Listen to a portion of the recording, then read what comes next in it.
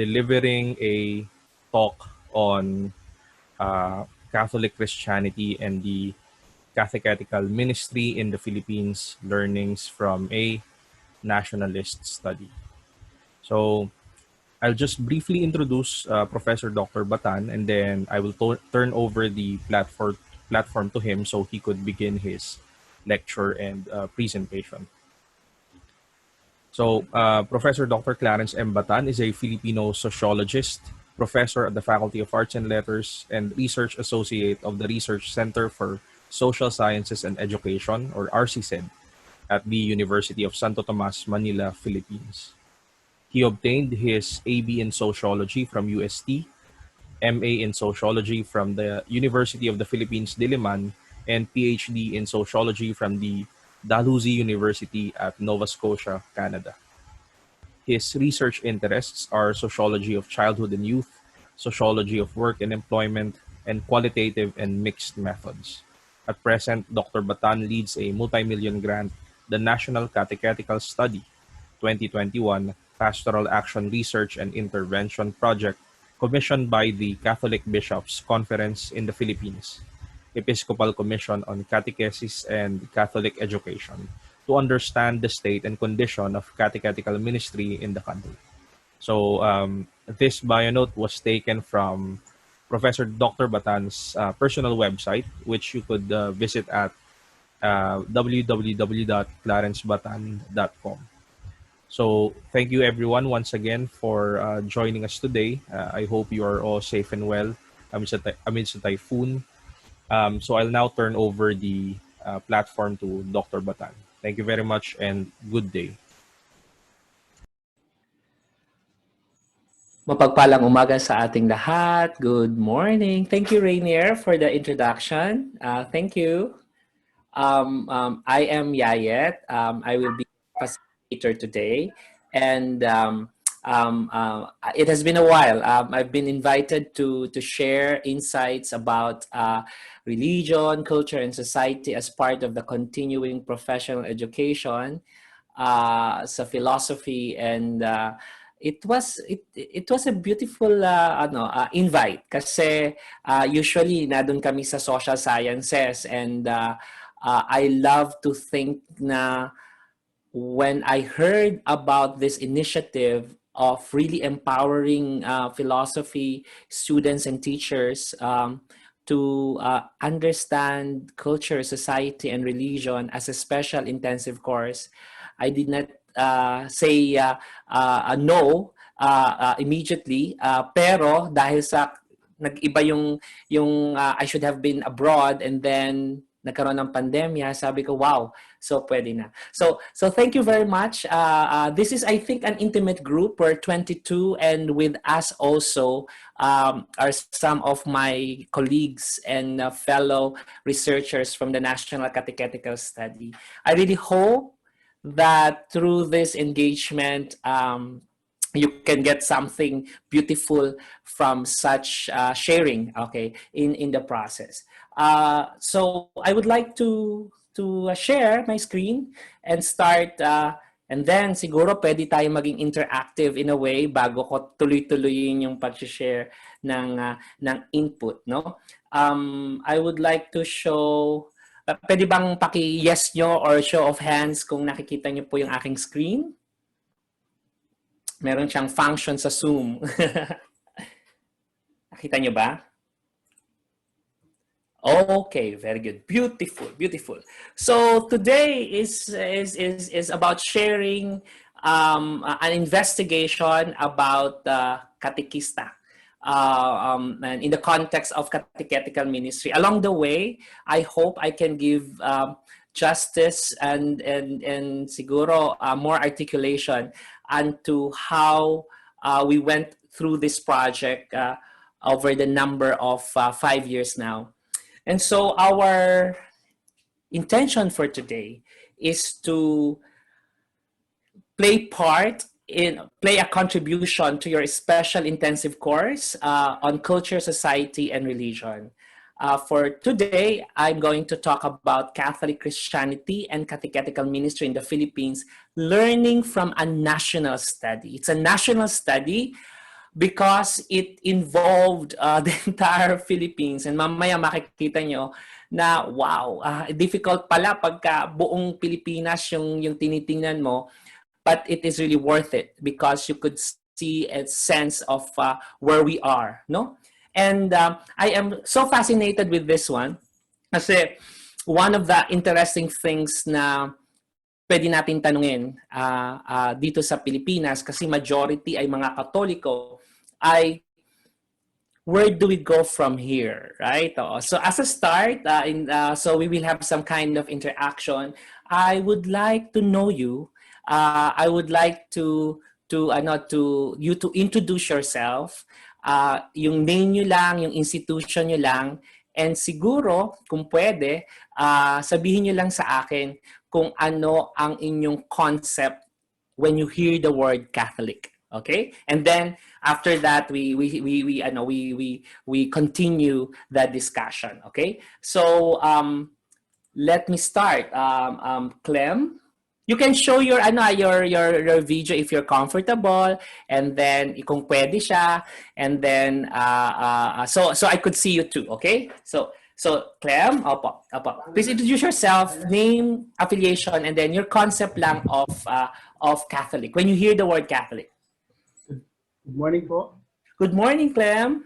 I'm Clem Boleche from PSAU. Ang concept ko po ng Catholic, I hear the word Catholic means universal. Universal. Okay. Thank you, Clem. Thank you, Clem. What about Ivan? Hi po. So, Good morning, Ivan. good morning po. I'm Ivan from Angeles University Foundation. Ang una kong pumapasok sa isip ko when I hear Catholic is religion, the religion that I am in. Religion. Thank you, Ivan. Okay. So, let's have now Rainiel. Okay. Yung nakikita ko sa screen ko yung ginagamit ko. Rainiel. Hello, Doc. Good morning. Pakinig niyo po ako. Yes. Rainiel. Yes, Rainiel. Yes, I'm Rainiel from Batangas. I'm currently teaching and in charge of the social communications in our parish. So for me, Catholic is becoming, of course, universal and for all. For all, universal and for all. Kumusta ka? Nabagyo ba kayo?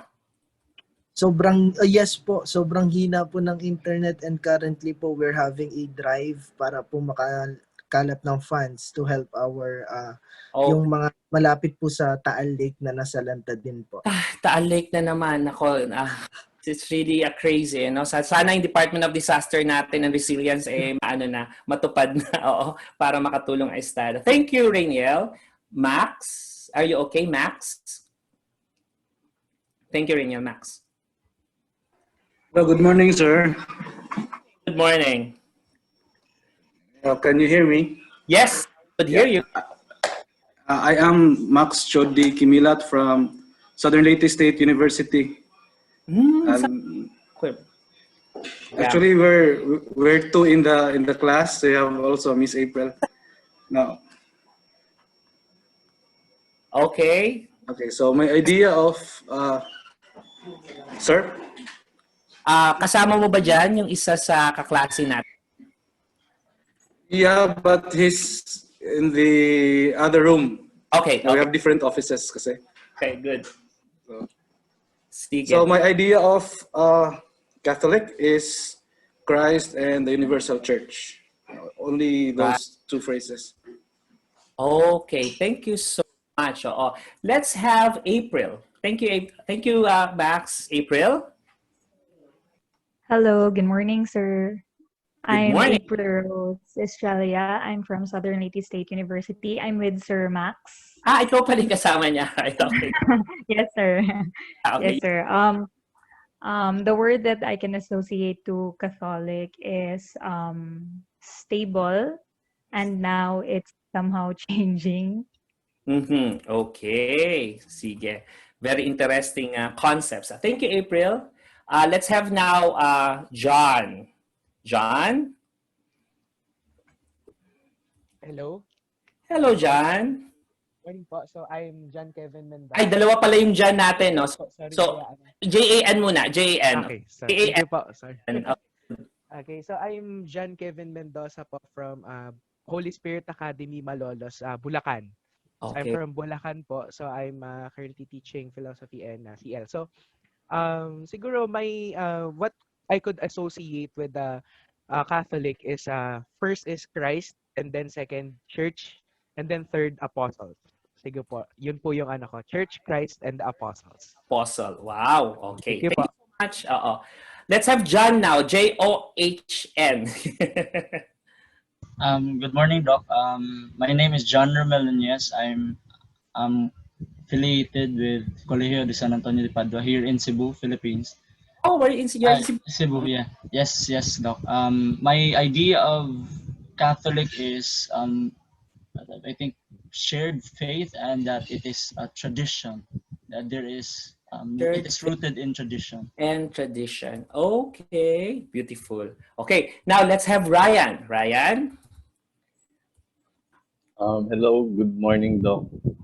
I'm Ryan Katigbak from Batangas, from University of Batangas. So the first thing that comes into my mind whenever I hear the word Catholic, it's a religion or a way wherein an individual can be good or toward holiness. It's my concept of religion.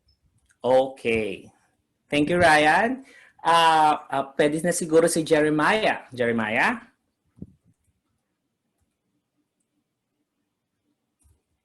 Jeremiah, yes. Good morning.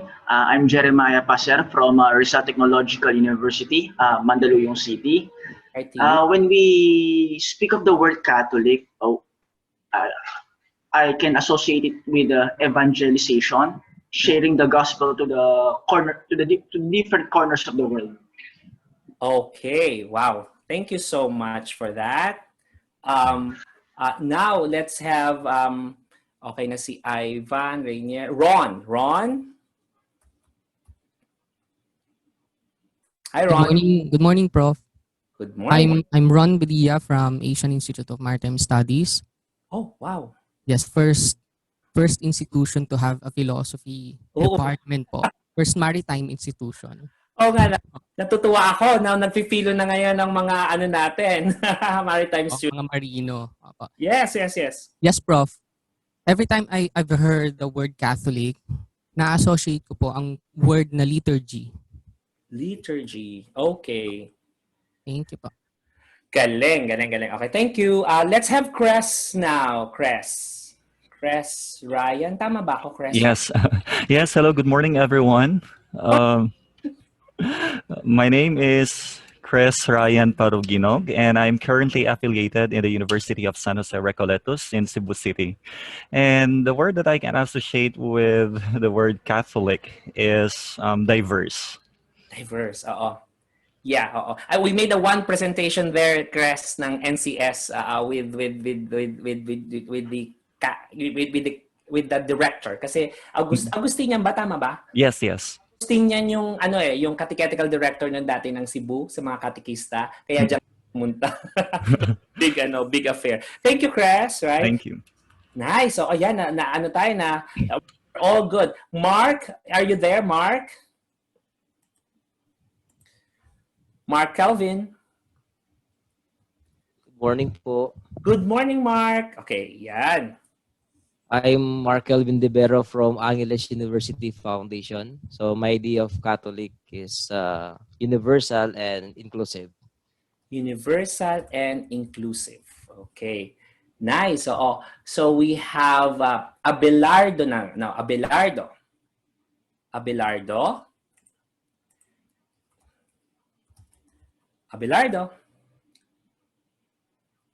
Narinig kaya ako? Abelardo o ako yung wala ng internet? Abelardo, are you there? Meron pa akong internet. Teka, wala pa lang si Abelardo. Let's have Patrick. Patrick?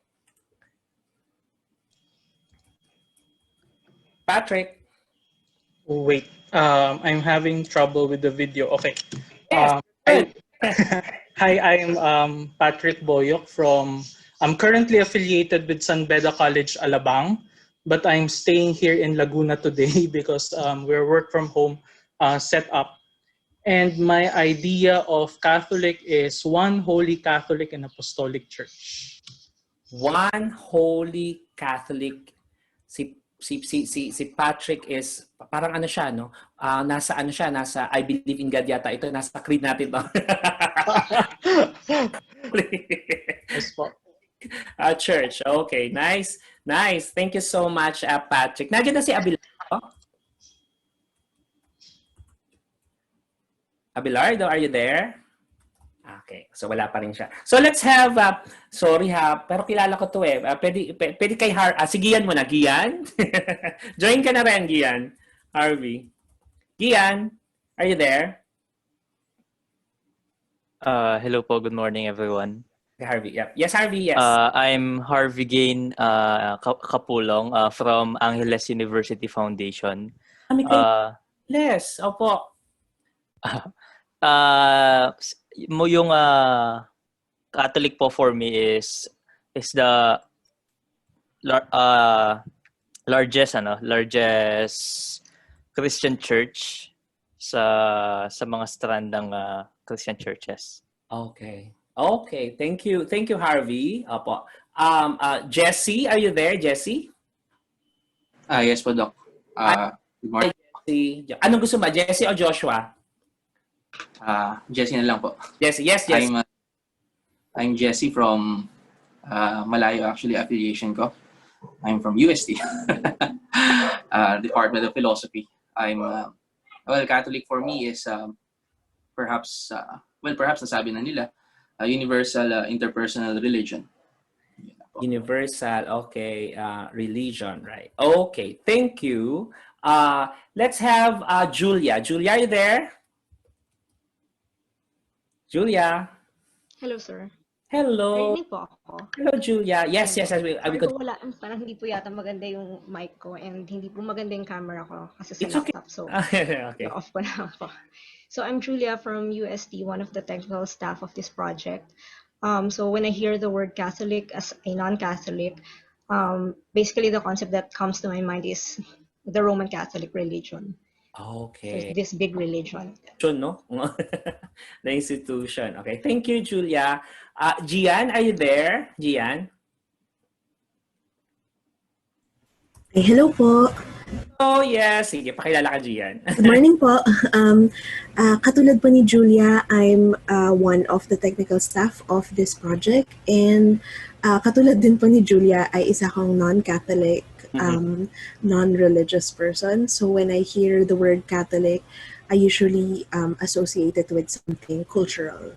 Cultural. Okay, nice. Thank you, Julia. Gian. Let's have Vincent. Vincent, isa part ko to ng aking part ng aking NCS, right? Vincent, are you there?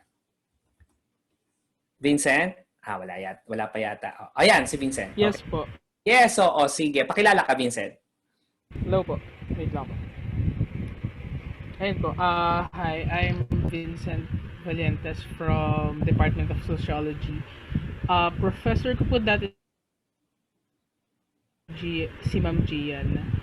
Then, sa ethics po. Then, isa po akong research assistant ni Doc in multimedia. And, yun po.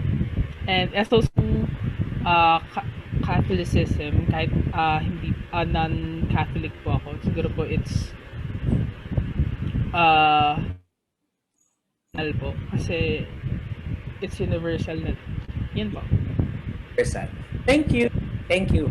Naka-hand si Clem saka si Abelardo. Okay. Clem, are you anything, Clem? Abelardo, naka-raise kayo ng hand. Acknowledging. Hello po, sir. Yes, Abelardo, nandiyan ka Sir, na. I was called a while ago but I was talking to a student po, so I was not able to answer po. Sorry po. Sige po. Just introduce yourself and your concept of Catholic so we could I would know kung saan yung context ng discussion natin. Okay, I'm Abelardo E. Garcia Jr. po from Angeles University Foundation. And when I when I hear the term Catholic, what comes to my mind will be the basic meaning of it, yung universality. Because for me po, as Catholics, this is how we show that universality is by being open, and by being open in terms of dialogue and communications with other churches po. That's how I see po the term Catholic for me po.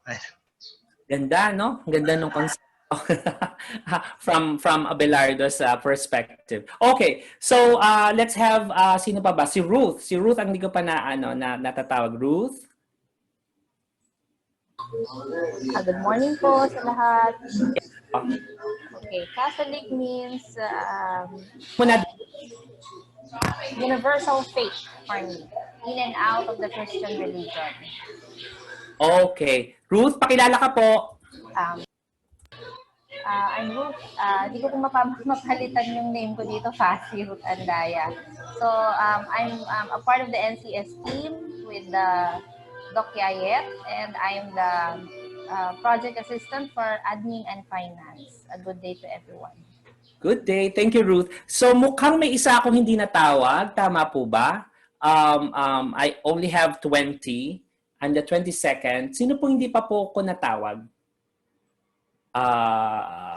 Meron pa po bang hindi nakapag-introduce? Abelardo? Naka-raise ng hand si Abelardo. Abelardo, naka-raise ng hand. Okay. Okay. I think I miss Jeremiah. Okay na naman, no? And everyone. Okay. I think we're good. Sige po. Okay. So now I'm going to share you my screen dito sa Excel na ginawa ko. Right. Okay. So can you see it? Can you see my screen po? So generally, yes sir. Thank you so much. Si Rainier. Rainier, ikaw pala hindi nag-share. Rainier, pwede bang makuha natin yung ano mo? Yung iyong ano to, yung iyong Opo. Hello po. Concept of si Rainier. Okay. Opo. So, sir, good morning po and good morning to everyone. I'm Rainier Abengania and I work for the UST CPE team as a staff as well. So, my concept of Catholic is quite similar with the rest. It's also about universality. Okay, okay. So, thank you so much, Rainier. Okay, so ito yung mga nag-gather kong mga concepts sa atin. No? Kung mapapansin ninyo, mukhang aral. Mukhang ito talaga yung yung notion ng at ibig sabihin ng Catholic as we know it today, right? So medyo interesting, no? Ang natutuwa ako una. Nung nagpapakilala kayo, marami sa inyo hindi ko kakilala, which is really nice kapag ka nag-speak ka. Kasi lalo na't hindi mo kilala yung kinakausap mo, ang sarap mag-share, no? ng mga insights. Ikalawa, natutuwa ako kasi parang merong positive vibe pag yung pag-uusap natin, pag pinag-usapan mo yung Catholic, parang may positive vibe, no? However, as you know, malinaw ito, siguro nararanasan nyo rin, na pagka-relihiyon ng pinag-uusapan, matindi yung usapan, no? Talagang merong tension, right? Oo, na ano ka mararamdaman ka. But initially, it seems na majority, if not all, really has a relatively acceptable positive view of Catholic, which is something na makikita nyo na pareho rin ng nakita namin sa field. So let me start again with my presentation on Filipino Catholics. Where do we go from here, right? Yan yung question natin, no? Saan nga ba tayo pupunta? Teka lang tinitingnan ko lang yung i-share ko sa inyo. Medyo nawawala siya. PowerPoint. Where is my PowerPoint? Okay. Kailangan nawawala yung ano ko. Okay, okay.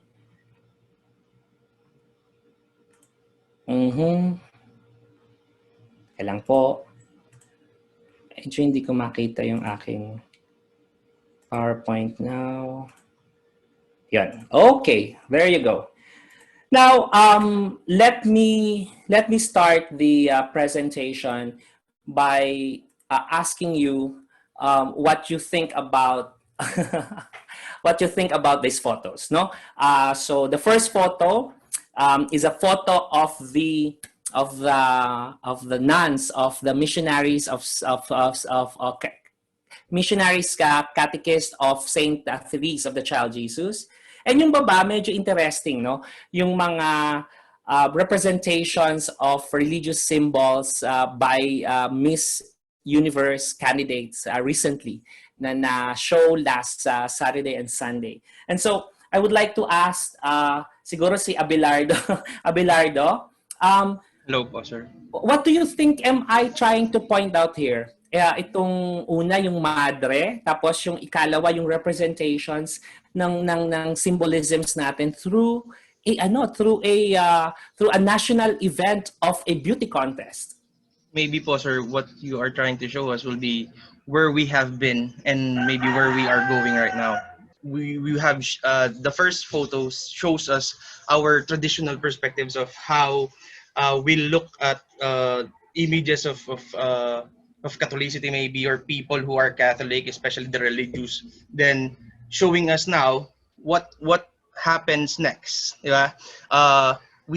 We are now incorporating fashion or trends to our Catholic idea. Maybe this shows us that our church maybe is really in reality is revolved or is still in process of evolution, na tumabago pa rin tayo, that I don't know, sir, kasi if I don't know if the back of the minds of the people behind yung pageant na to, but maybe that's what they are trying to show.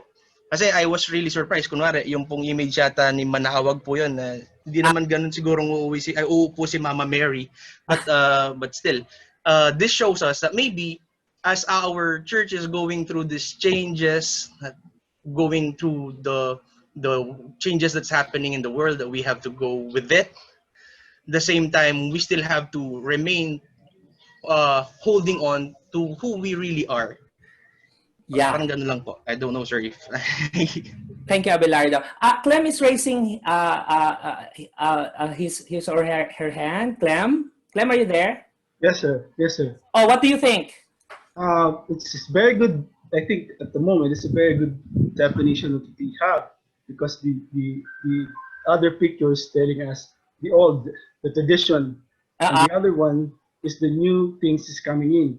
But I think this two it's a mixture. We need to keep the old, at the same time we need to have a bridge.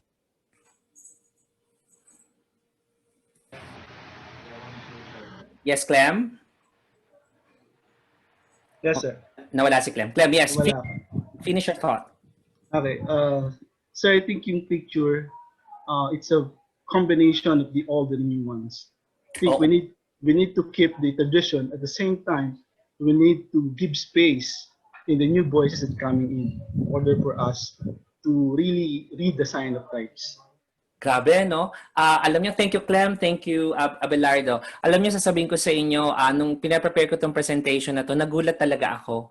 Kasi nung nakita ko yung representations ng iba't ibang symbols ng Catholic Church doon sa pageant itself. Of course, I came to watching the pageant not expecting that, right? Also, but over and over the number of years, I think marami tayong mga ganyang mga pangyayari, iba't ibang representations. But one of the interesting things that I would like to point out is that hindi naman siya naging controversial, I suppose. Wala namang nagbigay ng malaking issue out of this, and I think you have to think about that. Hindi siya naging crazy viral, no? Which I think for me is really something to think about. I don't know about worrying about, but to think about, meaning how is this happening in these times in this contemporary time. So ibig sabihin, may mga paliwanag siguro kung bakit nangyayari ang lahat ng ito. So let me talk to you about Catholic Christianity, no, and catechetical ministry in the Philippines. May input to from Tisha, from Dr. Navidad, from J.Car, from Keith, from Vincent, and from Miss Ruth na kasama ko sa aking NCS 2021 research team.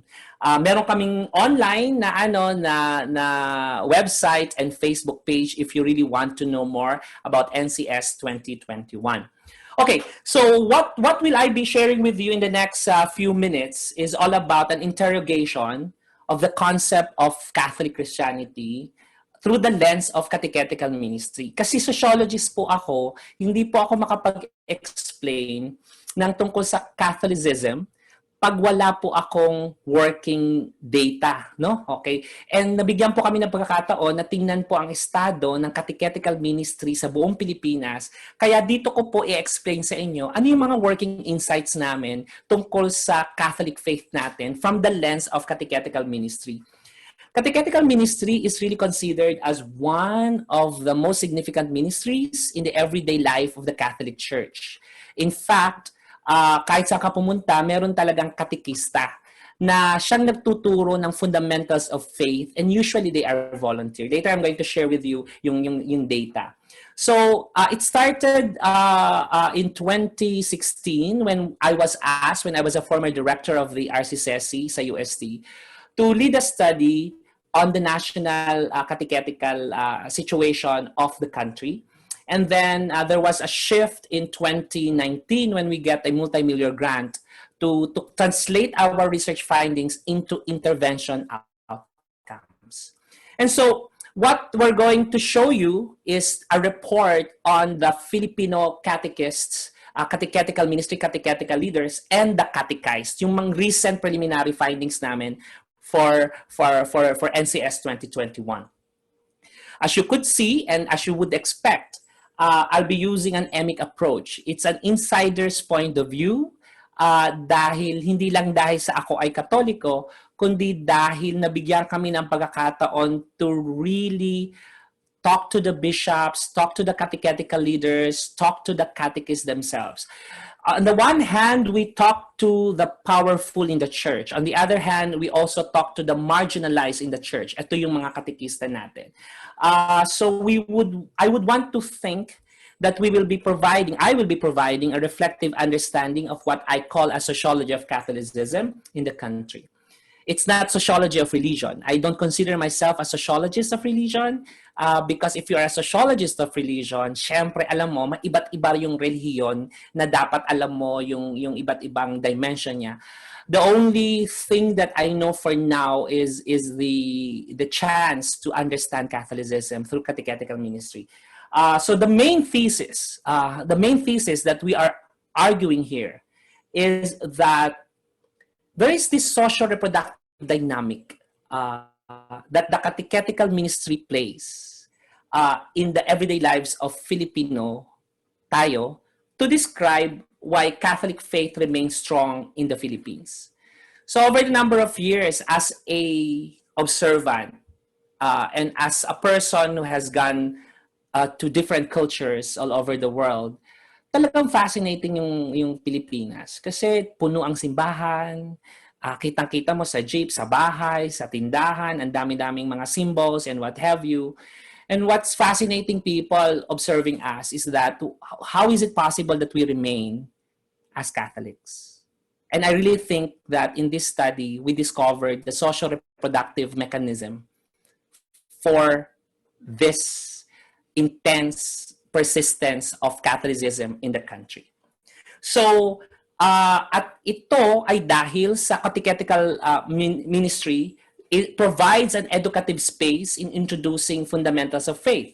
So one could argue na hindi lumalalim ang ating pagiging Katoliko dahil hanggang dito lang tayo, ito lang yung natututunan natin. But what we found out is that mahalaga yon kasi na-maintain yung Catholic faith not only in number but also in practice.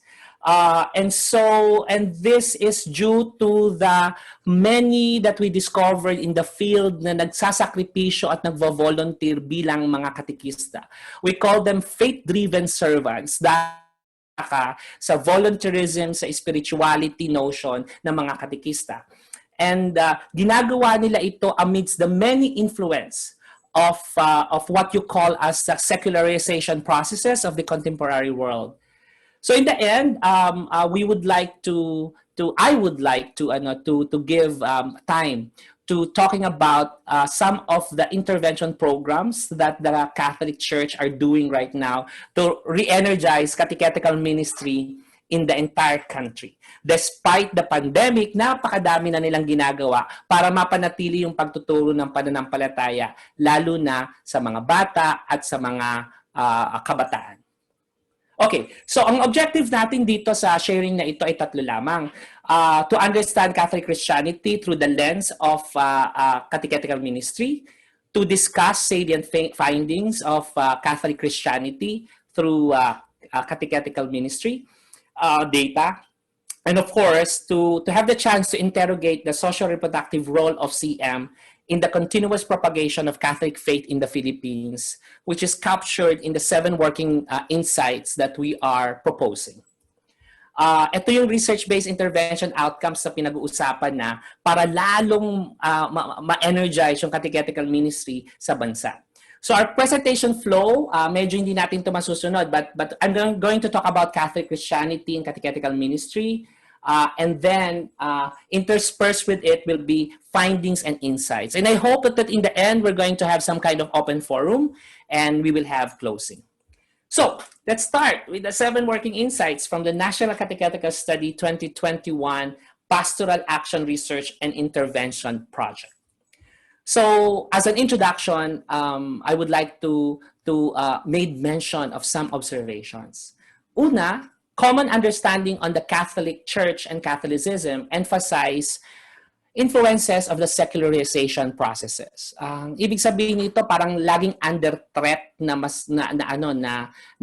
humihina na ang pananampalataya, no? Na lalo na sa Catholicism. But I found out na hindi lang to sa Catholicism pero pati dun sa ibang mga sekta, no? May sense na yung may isang mundo na inaalis yung reliyon sa buhay ng mga tao. There was a decreasing attendance in church masses and religious activities as key indicator of secularism. So, pag nakikitang hindi na pumupunta sa misa, hindi na nakikipag-engage, yan, bumababa na yung engagement natin sa religious life. This is true with the 2017 Social Weather Station, where they revealed that only 41% of Filipino Catholics go to church weekly. And that was in 2018. It was very interesting kasi ang tanong dito is, what church are you talking about? Kasi kung bibilangin mo lang yung traditional church na pinupuntahan with the phenomenon of the church in the malls, then you're wrong with the counting.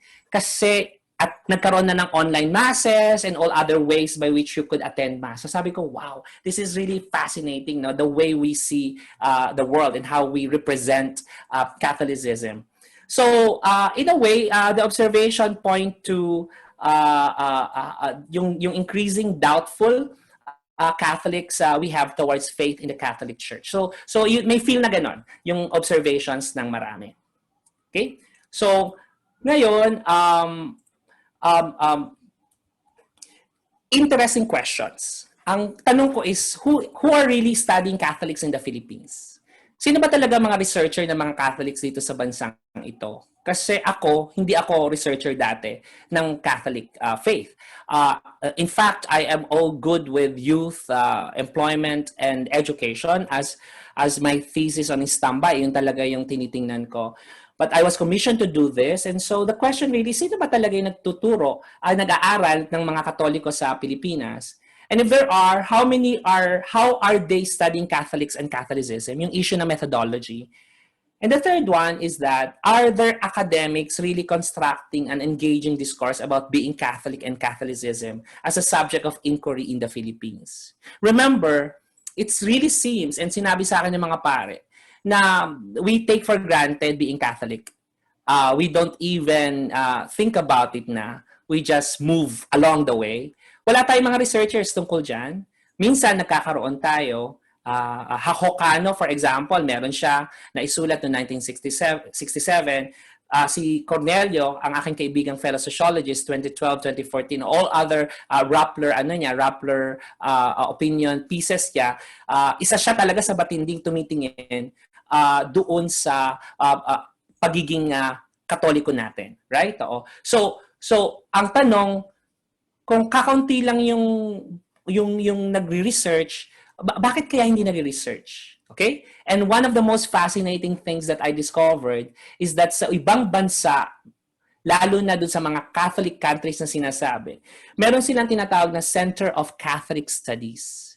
Pero dito sa Pilipinas, wala tayong Center of Catholic Studies. Marami tayong mga center ng kung ano-ano, pero sa gitna ng napakarami natin mga Katoliko, wala talagang isa tayong sentro that does the research, that thinks about the best method on how to study us, and that produces knowledge about us. And so that for me is a little bit problematic.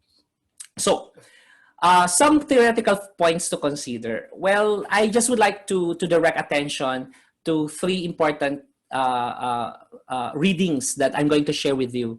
Lahat ng nakikita nyo dyan, meron akong readings na ibibigay sa inyo para mas matingnan nyo yung diskurso na ginagawa ko ngayon. The first one is on Sociology of God by Clarence noong 1992. Niya sinulat ito, pinablish. And the second one is about Rizal as a social theorist of colonial society. Isang chapter ito sa bagong libro ni Alatas and Sinha ng National University of Singapore. And I have a draft which cannot be shared, but I'm going to share it with you. Huwag nyo lang i-share yung Sociology of Catholicism in relation to standby phenomenon. So these are some theoretical points that probably will help you understand me, why I think why I see the data in this particular manner. So, sa Sociology of God ni Collins na chapter, sabi niya is there are only two obvious positions palagi when you talk about religion. And that is to believe and not to believe. And it's because of the general feel that religions are losing their hold on societies. However, as Collins argued, one might have expected that religion would fade away entirely. Okay? Pero, this is a key quotation from his work. That there is a third way of looking at religion. And this is how sociologists see religion and understand religion empirically. And I quote, "The key to religion is not its beliefs, but the social rituals that its members perform. Religion is key to social solidarity." So this is a very functionalist perspective, starting from the elementary forms of Durkheim. Kitang-kita mo yung notion na for some reason, hindi mo maintindihan kung bakit nagsisimba ka, kung bakit you belong to a particular, belief system. It's all because it has a function of a community. It has a function of social solidarity.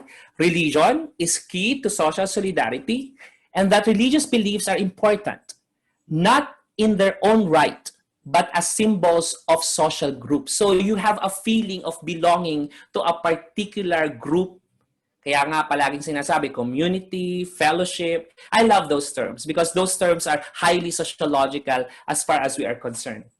Religion thus becomes sociologically important as a prime example of a non-rational phenomena, playing a major role in social life. So hindi siya rational, hindi siya madalas pinag-iisipan agad-agad ano yung logic nito. It's just there. It's very symbolic to be part of a particular group, right? The analysis of religion, moreover, leads us to a very important general theory that enables us to understand social rituals and the way in which they create both moral feelings and symbolic ideas. And so in this latter part, what is being argued about is the notion of the social rituals that we engage into in a particular religion. Eh, napakarami ng Catholic faith nito. Di ba? Grabe, paulit-ulit yung iba't ibang rituals, may sa iba't ibang okasyon, meron tayong iba't ibang rituals. So it provides you and create you both moral feelings and symbolic ideas about it. So hindi siya mawala. Talagang naka-ingrain siya sa atin. Simula pa ng bata hanggang pagtanda mo. Pag talagang ito palagi yung ginagawa ng lipunang ginagalawan mo. Now, the second theoretical consideration that I would like you to make, to think about, consider, is this notion that, you know what, Rizal is really very good. Even theories abroad are starting to think na, you know what, Rizal may be considered really as a social theorist. Although he did not study sociology, magandang pag-aralan yung theory niya ng colonial society. And pag pinag-uusapan natin ang Catholic religion, hindi mo talaga dapat alisin historically yung notion ng colonialism, no? Na colonial input sa atin ito, given the landscape of the historical discourse about us, our nation. Sabi nga ni Alatas, Rizal could be said to have been the first systematic social thinker in Southeast Asia. Although he was not a social scientist, it is possible to formulate a sociological theory based on his thought, a theory of colonial society and the requirements for liberation from colonial rule. So for me, this is very, very important to take note.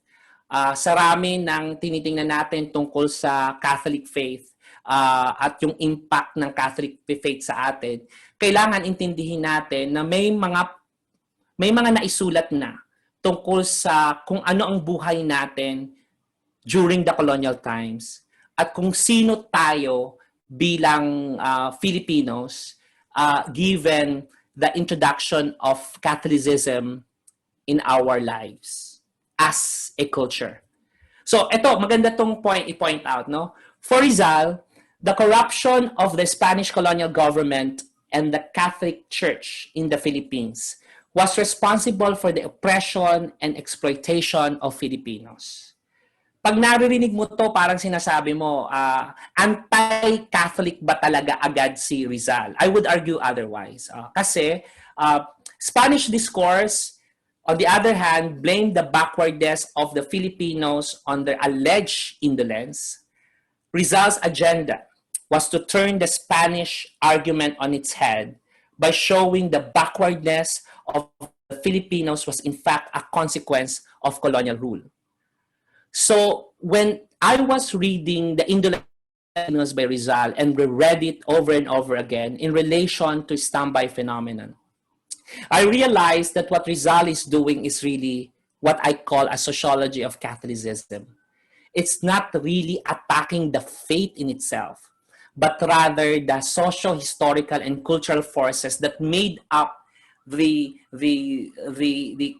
Catholic as an institution impact us Filipinos under their political regime. So that's why I think one of the realizations I had when I talk about sociology of Catholicism is this, no? Catholicism is the religion of the majority whose influence on the practice of religious rituals remains strong and whose wealth from the colonial past survives. Mahalaga yung notion na matindi pa rin yung Catholic faith sa atin, no? About 86% pa rin overall na nagde-declare na sila ay Catholic sa Pilipinas. Pero mas matindi, dapat isipin rin natin na marami silang kayamanan na naiwan na hanggang ngayon sa kanila pa rin. Right? O, sa church pa rin. Sila pa rin yung nagmamanage ng mga kayamanan at resources na ito. The macro mechanism of standby persistence, yung standby phenomenon, the way we know it, may have been shaped by religious practices described as the familial faith dynamic, which is a byproduct of my dissertation. But key to Rizal's writing is his insistence on presenting the problem of Filipino indolence as being intertwined in the history of colonialism when viewed from the sociology of Catholicism and not solely from a critique of Catholic faith. I was really fascinated rereading The Indolence of Filipinos of Rizal from the perspective ng sociology of Catholicism.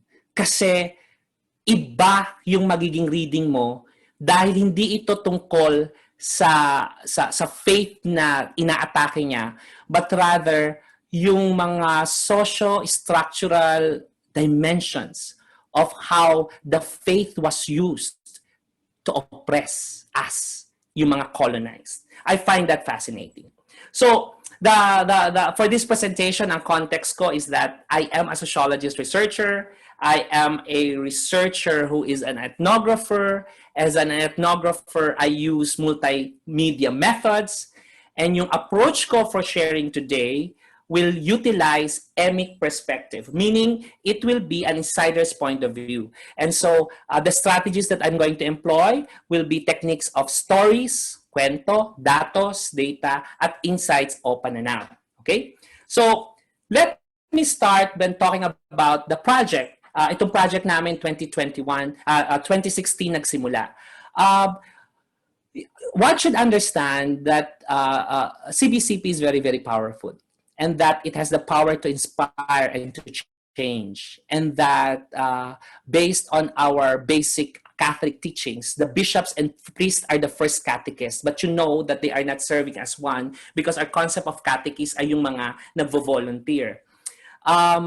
I was fascinated when I was given the task kasi they think na may problema na nakikita dun sa catechetical ministry, and that catechists and catechetical leaders should be given attention and should be given resources, and hope is that for them to have an effective catechetical ministry.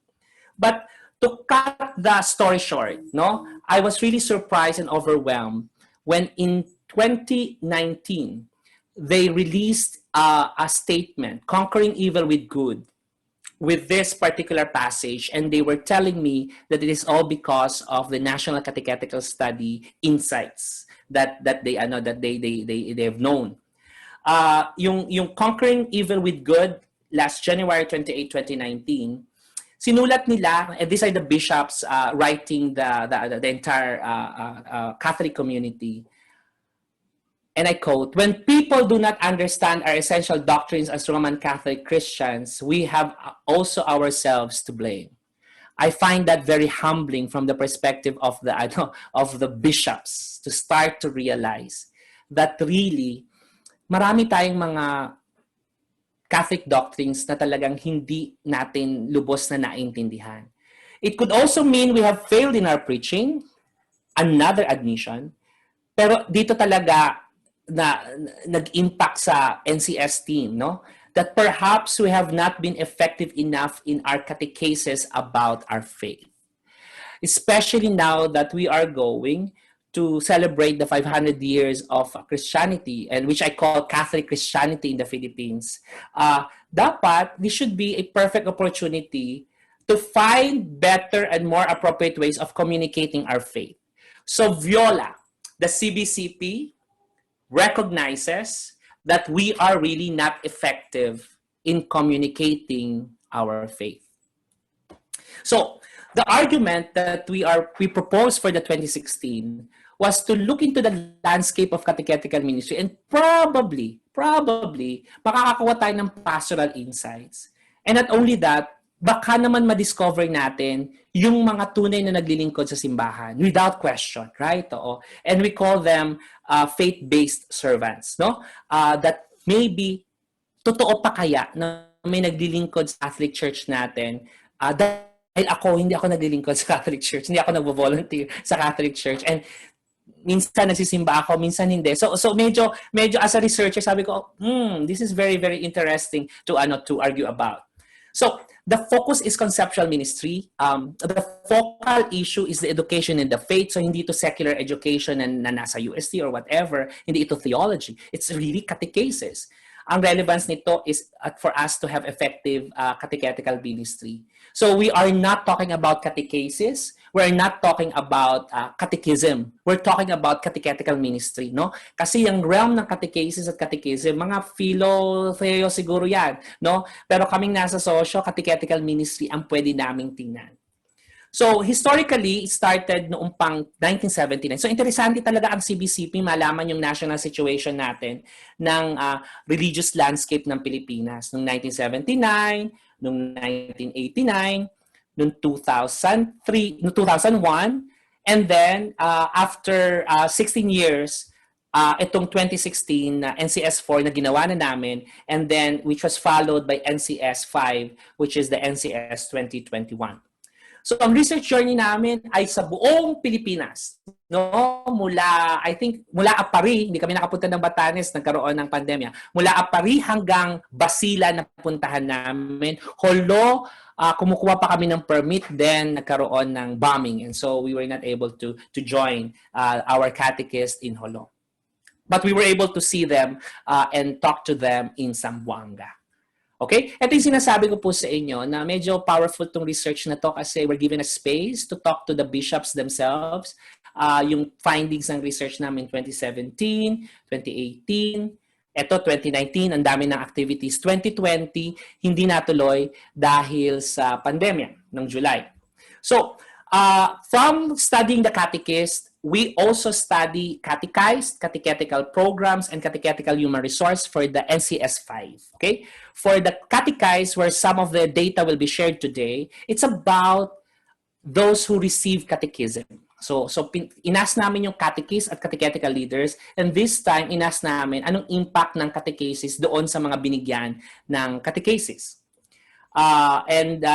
This is very interesting kasi we include all the entire Philippines using a multi-stage cluster sampling approach of 17 ecclesiastical provinces made of 86 ecclesiastical territories.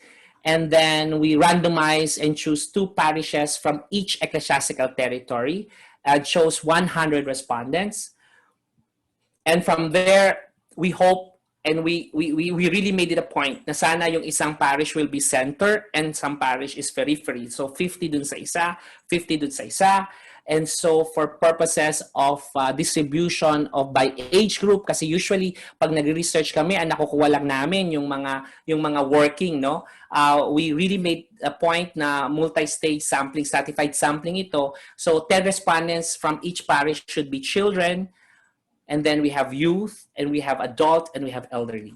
For now, what I'm going to share with you ay yung na-process namin na 3,000 respondents results from about 40 ecclesiastical territories.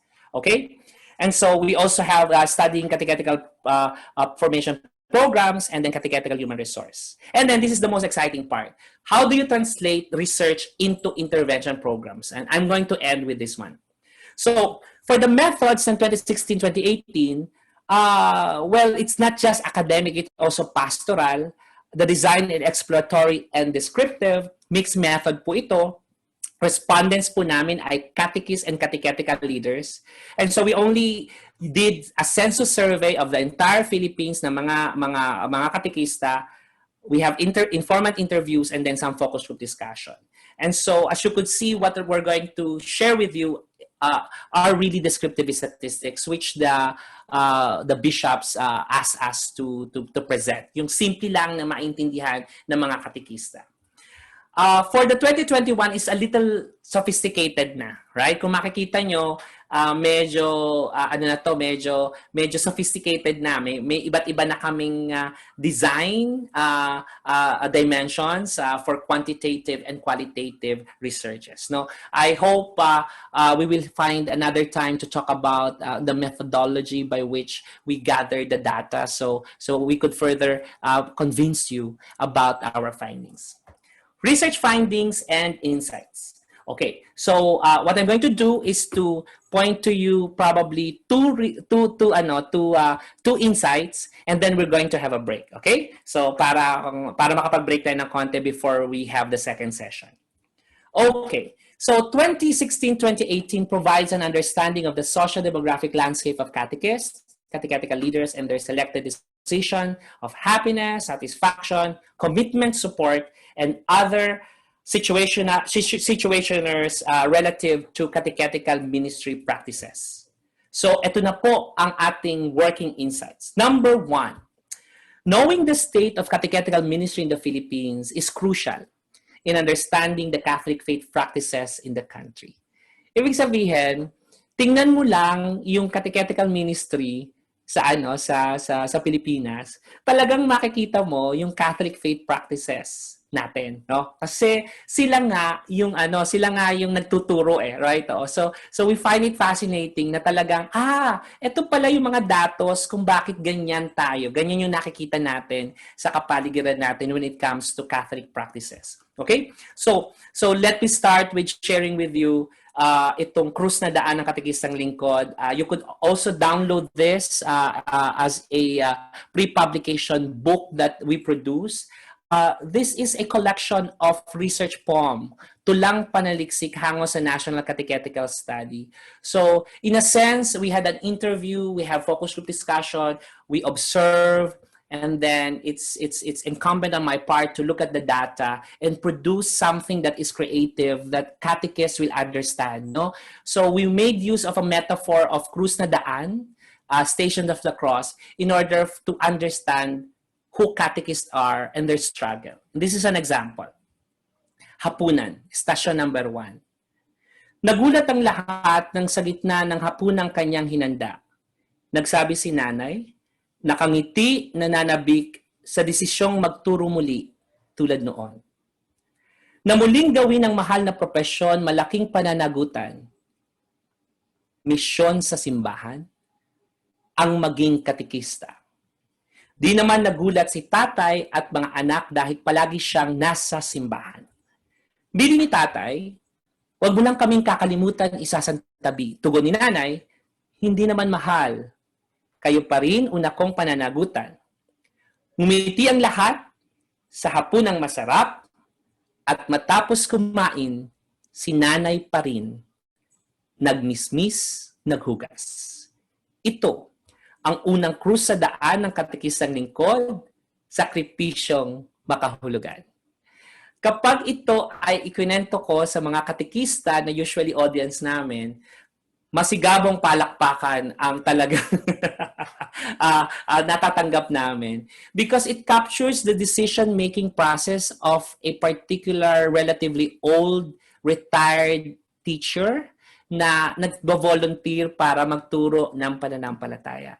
And these are women, usually women, but they do not seem to forget their family responsibilities. They combine it with their church responsibilities.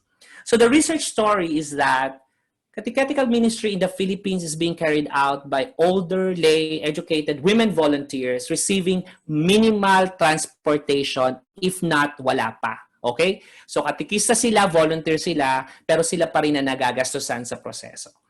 So catechist respondents reported having undergone formal training and engaged with various ongoing formation provided by ecclesiastical territories. Talaga namang tuloy-tuloy yung formation nila sa isa't isa, tuwing Biyernes, may certification program, pero iba't iba ito. It's varied across ecclesiastical territories. So, ito po yung socio-demographic landscape na nakuha po namin. We surveyed around 27,000 validated for analysis. Actually, mga 33,000 po to, kaya lang talagang hindi po namin ma-include yung iba dahil hindi po siya valid. Okay? The average age of catechists in the Philippines is 52. So, ibig sabihin talagang matanda na, no? At tumatanda ang mga nakikarry ng catechetical ministry dito sa Pilipinas. 9 of every 10 catechist respondents are women. Okay? And that they are usually married or widowed. Okay? There are only few who are single, about 20%. About 1 in every 5 catechists are single. No? But most of them are really married or widowed. They are beautifully, buti naman. Those who are married in the Catholic Church. Highest education attainment. This might surprise you. Well, we thought that they are all retired teachers. No, there are those who actually are from who finished just elementary and high school, may vocational. Halos magkalapit lang yung number ng natapos ng high school at ng college. And magugulat kayo, hindi lahat ng mga katikista na nakikita natin ay nakatapos ng RE, no? Mostly especially when you go to up north, Visayas part, yung mga peripheries, lalo na sa Mindanao, ito yung mga volunteer nila ay mga high school and elementary graduates. And when you listen to their commitments to teaching the faith, it's really fascinating. Fundamentally, catechetical ministry is given to the lay. Okay? Napunta na sa lay yung pagiging katekista. So, catechetical ministry. So, you have to take note na we are heavily children catechesis. Mga bata ang madalas na binibigyan natin ng serbisyo para turuan ng pananampalataya. 70% in the public school and 50% nationally in the parishes. And you might be questioning and thinking, so anong ibig sabihin nun? Wow! Kung ikaw ay tumitingin ng catechetical ministry sa buong Asia, Malaysia, Vietnam, Indonesia, hindi pwede na nagtuturo ng pananampalatayang Katoliko sa public school. Bawal. Sa Pilipinas, it's really being allowed. Right? So meron siyang beautiful mechanism na kahit yung public sector natin pinapayagan na tayo ay magturo ng Catholic faith doon sa ating public school system. Based on my recent meetings with the catechetical directors from different Asian regions, that is their primary issue because they could only teach not within the public school system, but really within their system sa parish and sa communities. Most of the catechists are part-time, they are volunteers, no? Konting-konti lang yung full-time natin, okay? Na binabayaran para magturo ng katekismo. So most of those that we gathered are catechists for 1 to 10 years, pero as you could see, meron mga nagiging katekista ng 20 years, ng 30 years, ng 40 years, or even may nakuha kami mga respondents na 41 to 50 years na silang katekista. So they teach from 1 to 10 hours, and if you want to know anong average na nakukuha nila na allowance, yung mga may nare-receive, they're receiving 500 pesos a month as their allowance for their transportation. Okay, second, before the break, yung second insight natin. Catechists who are mostly women and relatively old function as significant informal leaders in Philippine Catholic Church. So, I'm going to introduce it again through a research poem entitled Pagsalubong. Ang pagiging katekista kahit puno ng sakripisyo ay may dulot na galak dahil sa misyong pagtahak. Maraming makakasalubong na palaging magtatanong, kaya't tamang sagot dapat laging tangan. Kailan ang binyag? Kailan ang kasal? Sino ang magpapakumpisal? Ang kumpilan kailan? Saan ang daan ng prosesyon? Bakit wala si Father? Nasaan si Father? May kasal ba si Father? Pwede bang magpa-bless kahit nagsisyesta si Father? Lahat ito'y impormasyon na waring pananagutan ng katekistang laging laman ng simbahan. Ito ang ikawalong krus sa daan ng katekistang lingkod, sakripisyong makahulugan. Alam niyo po, ang totoo po nito, ang mga katekista are really serving not only catechetical ministry but all other ministries.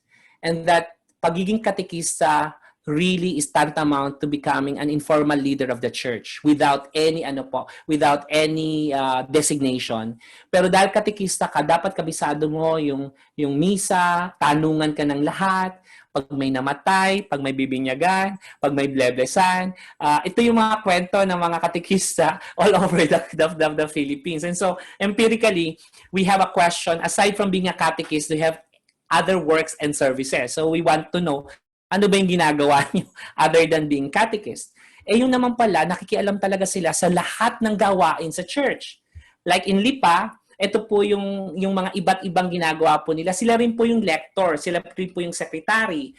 But other than that, they are also engaged in other works, no? Yung kanilang barangay, farming, okay, housekeeper. So these are human capital potential ng church, no? Na talagang devoted to working for the teaching of the of the faith, no?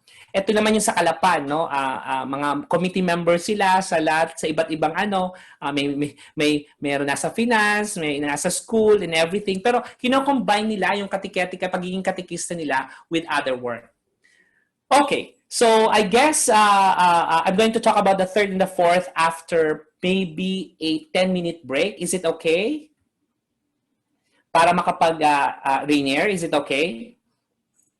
Yes, sir. Yes, sir. Opo. No problem po. So, today, now is 10:31. Mga 10:45, no? Let's return 10:45 para tuloy-tuloy na lang tayo. Let's just have a break dahil alam ko ako rin kailangan ko rin mag coffee break or something. Can we return at 10:45, Rainier and everyone?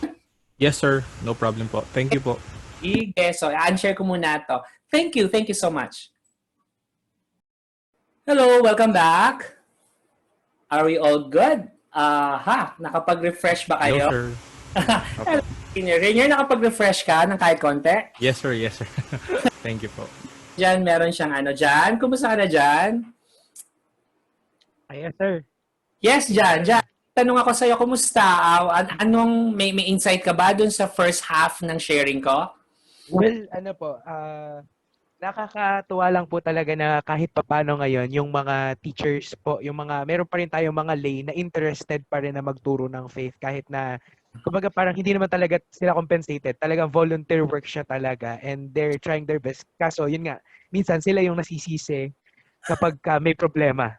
Sa pananampalataya. Kumbaga parang nasisisi, parang hindi effective yung catechist. Kumbaga parang sa kanila maibubunton minsan yung sisi ng mga tao. Kaya nakakalungkot kasi nagsasacrifice sila and yet hindi ganon sila ka-appreciate. Yeah. Beautiful insight there. O at least na get mo yung yung ganong aspect, no. Can anyone share kung ano yung insight nila dun sa first half no before I move on to the second half which is more intense, right? So meron ba raise si Rainiel. Yes, Rainiel.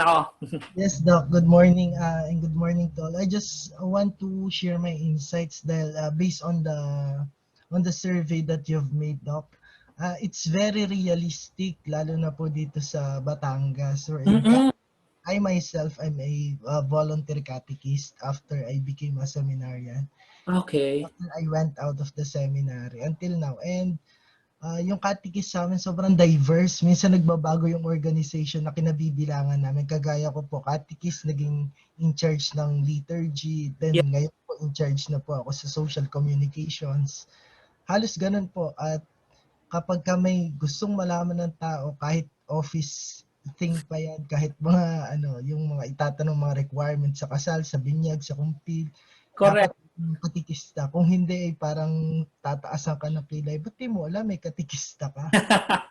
Ganun pa. Kaya yung yung naging result po dun sa survey, sabi ko nga po ay napaka totoong-totoo yung result na lumabas. Dapat kami. Rainiel, you're telling me about your students and yes, ibabahagi ko sa inyo lahat ng lahat ng resources ko dito. And kung may kailangan pa kayo, easily we could give the resources para may readings yung mga estudyante mo. Okay? Yes, Doc. Thank you po. Yeah. O sige, isa na lang. Isang reaction na lang. Kung ano yung nakita nyong insight dun sa first half ng presentation ko po. Isa na lang. Sino kaya ang pwede mag-share? Oo. Raise lang kayo ng hand before I share the screen again. Okay. So tatawag na lang siguro ako. Parang gusto kong si Julia, pwede? Julia? Are you with us still? Mukhang wala yata siya. Oo. Okay. Sige, si John kaya, John? John, are you still with us? O ako nawala? Ako po ba?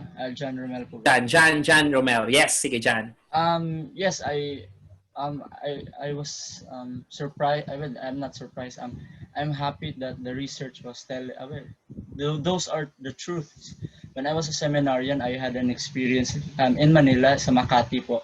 That most of the catechists are women, old women, wherein ang ginagawa po namin noon is that we go to houses, and we were accompanied by these catechists na sila po lahat ng trabaho, sila po ang lector, sila po ang nag-aasikaso sa mga BEC, mga sa sacraments pa po, sila po nag-a-assist. So Yes. yeah, yun po ang mga experience ko.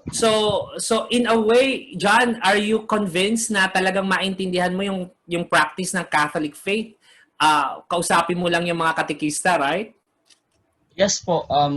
Minsan nga po nag-uusap kami sa mga experiences nila noon, paano po nila ginagawa yung BEC na since from the start until now.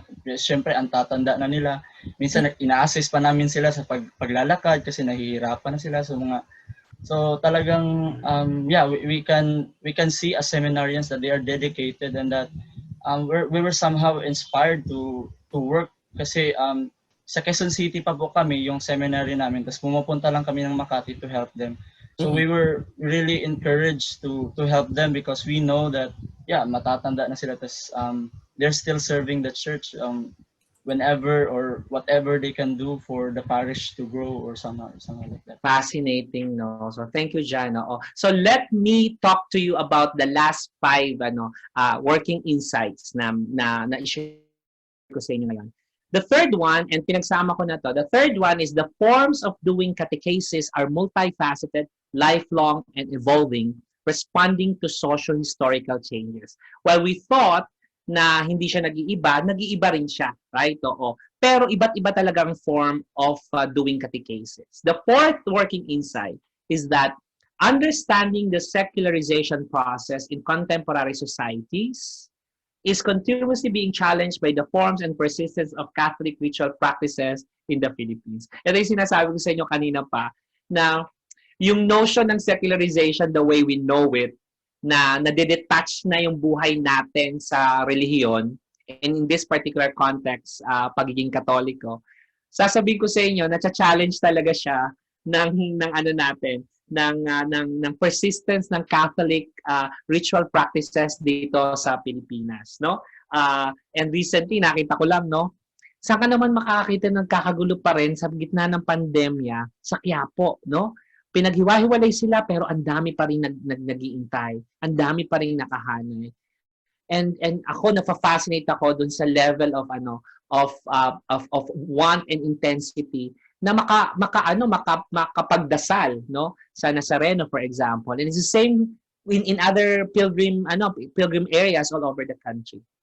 So pastoral insights kasi namin na ito. Una, we really need to enhance catechetical ministry by going beyond children catechesis and introduce other forms of catechesis such as family, liturgical, parish, community-based catechesis. And hopefully, we could include more males and youth as catechists. So ito yung problema natin na nakikita. Na totoo naman na kahit sa pagsisimba, halos mga babae yung mga nagsisimba, no? Pero fascinating na lahat ng nadoon sa unahan, panay-pare, no? I remember being struck by the 2011 400 years anniversary ng UST, no? Yung 400 years, no? Pag tiningnan nyo yung picture, yung 1/3 na nasa unahan, panay lalaki, mga pari, seminarista, and everyone. And then lahat ng estudyante at yung mga babae na doon na lang sa likod, right? I was really fascinated with that. Pero sa everyday church, makikita nyo, mas marami yung babae na nadoon sa pew, pero lalaki pa rin lahat yung mostly na nasa unahan, except for the catechist na magle-lecture and everything.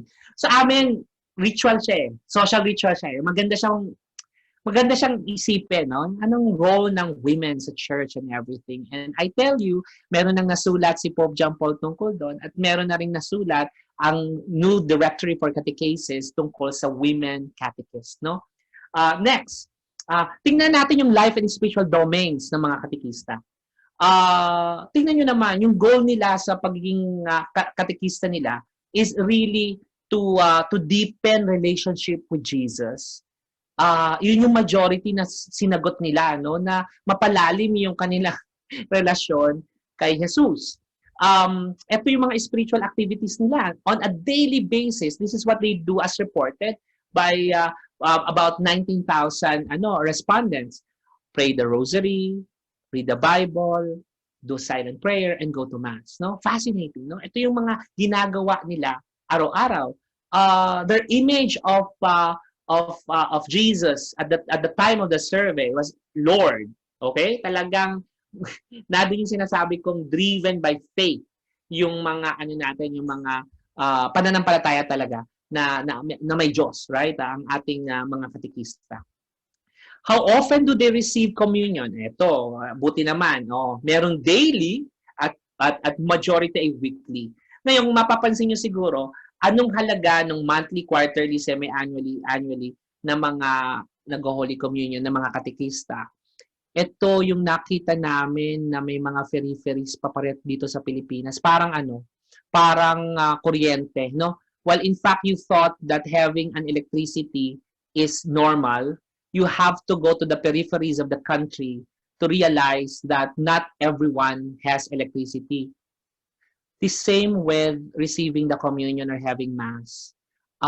You should not think that the availability of online Mass is regularly available sa buong sulok, sa lahat ng sulok sa Pilipinas. Hindi po.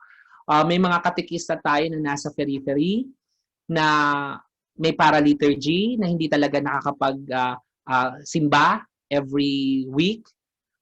Monthly lang yung schedule nila, minsan wala pa. So these are realities that we have that we discovered when we were in the field, no? When it comes to these practices. Reconciliation, yes, they do, no? May monthly, quarterly, pero mas madalas isang beses, isang taon. Meron ba silang spiritual exercises provided by their diocese or parish? Meron naman. Overwhelmingly, yes. If often, meron namang ginagawang spiritual activities for them as provided by their diocese or parish. Ito, exciting to. Ano ang religious practices do they regularly observe? No? It's a combination of Mama Mary. Catechists we find catechists as Marian. No? They are Marian devotees combined with Via Crucis, yung krus na daan.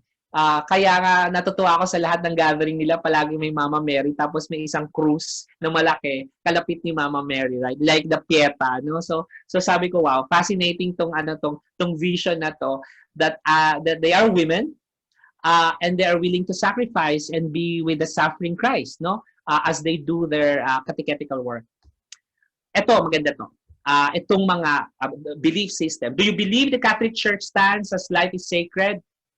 The green one is strongly believe. I believe yung orange one. And so overwhelmingly, yes. Do you believe in the church stance ng marriage is sacred and life commitment? Overwhelmingly, yes. Agreement, no? Belief, no? Divorce is a desecration of the dignity of marriage. Oh, yeah. So you expect them, right, to upheld the Catholic faith doctrine. Do you believe that same-sex marriage violates the dignity? Yeah. Yan na. Okay? So we have them talagang believing according to the Catholic doctrine. The use of contraceptives. Ayan, sila rin. Oh. We are checking kung nagkakaroon ng change na from the belief system ng mga nagtuturo ng pananampalataya. Medyo medyo matindi pa rin yung yung anchor ng Catholic faith doctrine, no? Do you believe in the premarital sex is a violation? Yeah. Diba? Medyo consistent, no? Para mapakita ko lang sa inyo na hindi ito gawa-gawa lang ng mga ng mga nag-check, right? Hindi, mukhang totoong-totoo talaga yung nakuha namin. That death penalty is opposed to life. Yes, strongly believe and belief, right? That human person is a steward of God's creation. Yep, still, no? Strong belief. That human dignity and human rights cannot be evaluated. Strong belief pa rin. So, What best describes your life situation at present? Oh, happy and very happy, no? At ito yung salipa. So makikita nyo na dun sa kanilang why. Why are they happy? This is a word cloud. And makikita nyo, family, but overwhelmingly God, they found peace. No? Dito sa lipa respondents natin. Sa Kalapan, ganun din.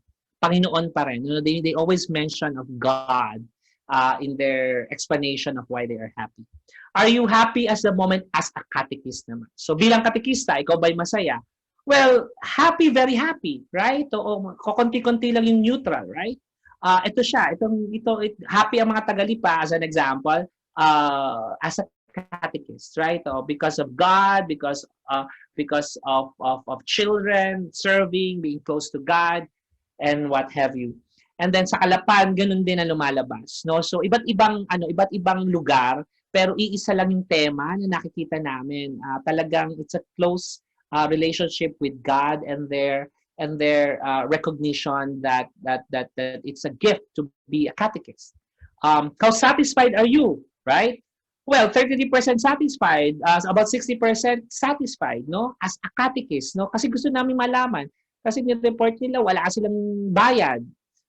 Medyo wala silang mga materials na ginagamit.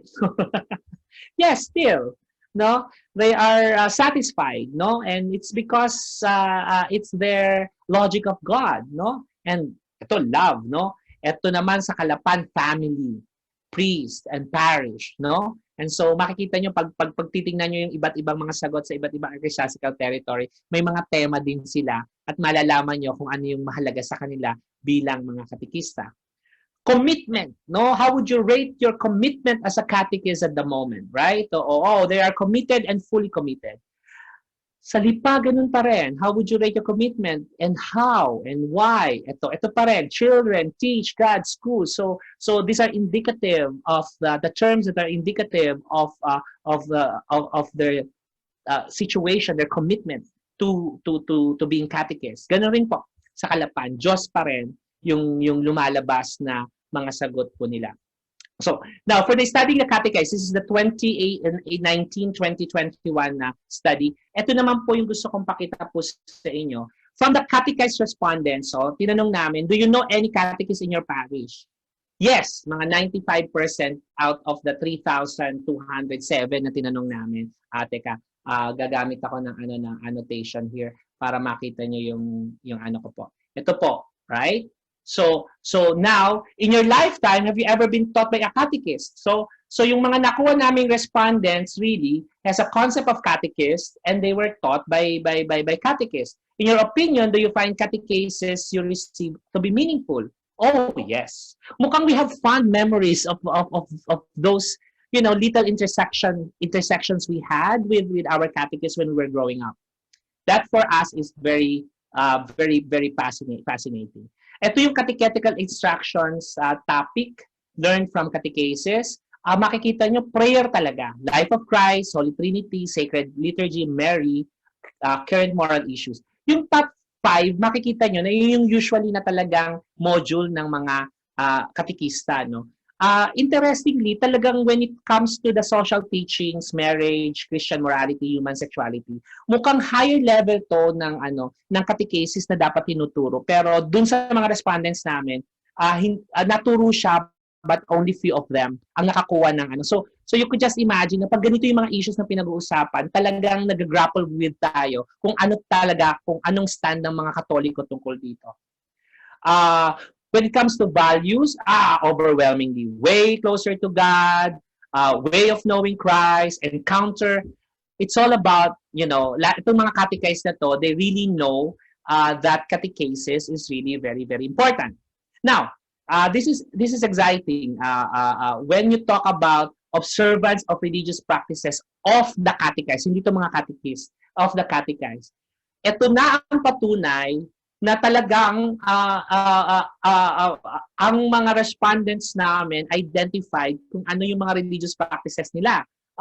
It's really going to Mass, making sign of the cross, praying in silence, praying the rosary, Holy Communion, right? Oo. Kung titingnan nyo po yung first 5 again of the most reported na observance and religious practice, napaka-clear na yan yung makikita mo, ma-expect mo sa mga Katoliko, right? Oo, na nagsisimba sila, nagsa-sign of the cross sila, nagdadasal sila, may rosaryo sila, at meron silang concept ng communion. Pagdating dun sa Bible pababa, ito na yung mga may ginagawa pa rin, ino-observe pa rin, pero makikita nyo na this probably needs some kind of intervention, no? Hindi tayo palaging nag-aano sa Biblia. Confession is really something that, na hindi masyadong na-report dito. Via Crucis, yung Marian Novenas, hindi din, ng konti. Pero hindi siya malaking difference, right? Okay, next. Ito naman, frequency of observance of religious events. Medyo maganda to. Si Dr. Florence ang nag-produce nito. Gusto lang pakita dito yung reported na religious practices is really connected by age, right? As you grow older, you are more likely to engage into these activities, right? As reported by our respondents, no? Yung mga bata na 8 to 14, yung always sa kanila Mass, Sign of the Cross, praying in silence, and then Holy Communion. Similar with those youth, no? Yung 15 to 30 years old natin. Yung 31 to 59 years old natin, it's interesting, no? Kasi ito yung pareho pa rin nung children, nung youth. Pero pagdating sa old, right, the respondents po namin, they are reporting always that not only that they do the first 5, but also the Marian Novenas and others. And so as you grow older talaga, you get to engage and become more religious as reported by our respondents. Okay, number 5, no? The texture and shape of what we know as the Filipino culture is closely intertwined with Catholicism, negotiated and reimagined across histories, whether it's pre-colonial, colonial, and post-colonial. So what does it mean? Yung Filipino culture na sinasabi natin usually is traceable to Catholicism. Yung values ng Catholicism, kung ano siya, intertwined talaga siya, no? Na it has a sense of universal culture that may not really be just because of the Catholic thing, but also our shared sense of being a community, being with the world. Makikita niyo to sa results. Okay? So tingnan niyo po. Very clear dito na the cultural practices influenced by Catholicism and it's still being observed. Being family-oriented, sense of pakikipagkapwa-tao, kagandahang loob, pakikiramay, utang na loob, bayanihan, meal-oriented. So lahat ng to, makikita nyo, we know this and these are reflective of the values that we have and we are confirming that we get this from the data ng Catechetical, no? Ang interesting lang dito, yung iba na pinoint out dun sa Catholic yung catechesis ng Catechism of Filipino Catholics, they mentioned about us being kundiman-oriented, spirit-oriented, bayani-oriented, which we thought does not have any empirical basis, no? So medyo may mga nakalagay dun sa ilang dokumento natin na mukhang hindi siya empirically based, no? So ngayon at least we know na from a catechized point of view, we know na buhay pa itong mga cultural practices na to sa bansa natin as perceived as being influenced by Catholicism and to a certain degree still being observed today. This one are weird cultures that we use, no? Yung mga sinasabi nating weird cultures ng Pilipinas ng mga Pilipino, no? Teleserye phenomenon still got the highest, no?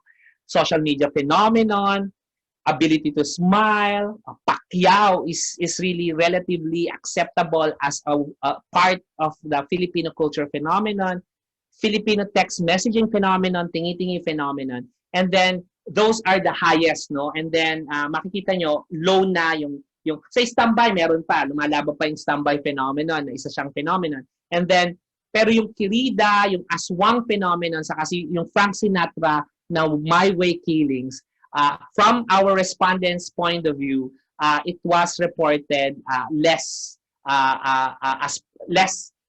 agreement to cultural phenomena ng mga Filipinos, right?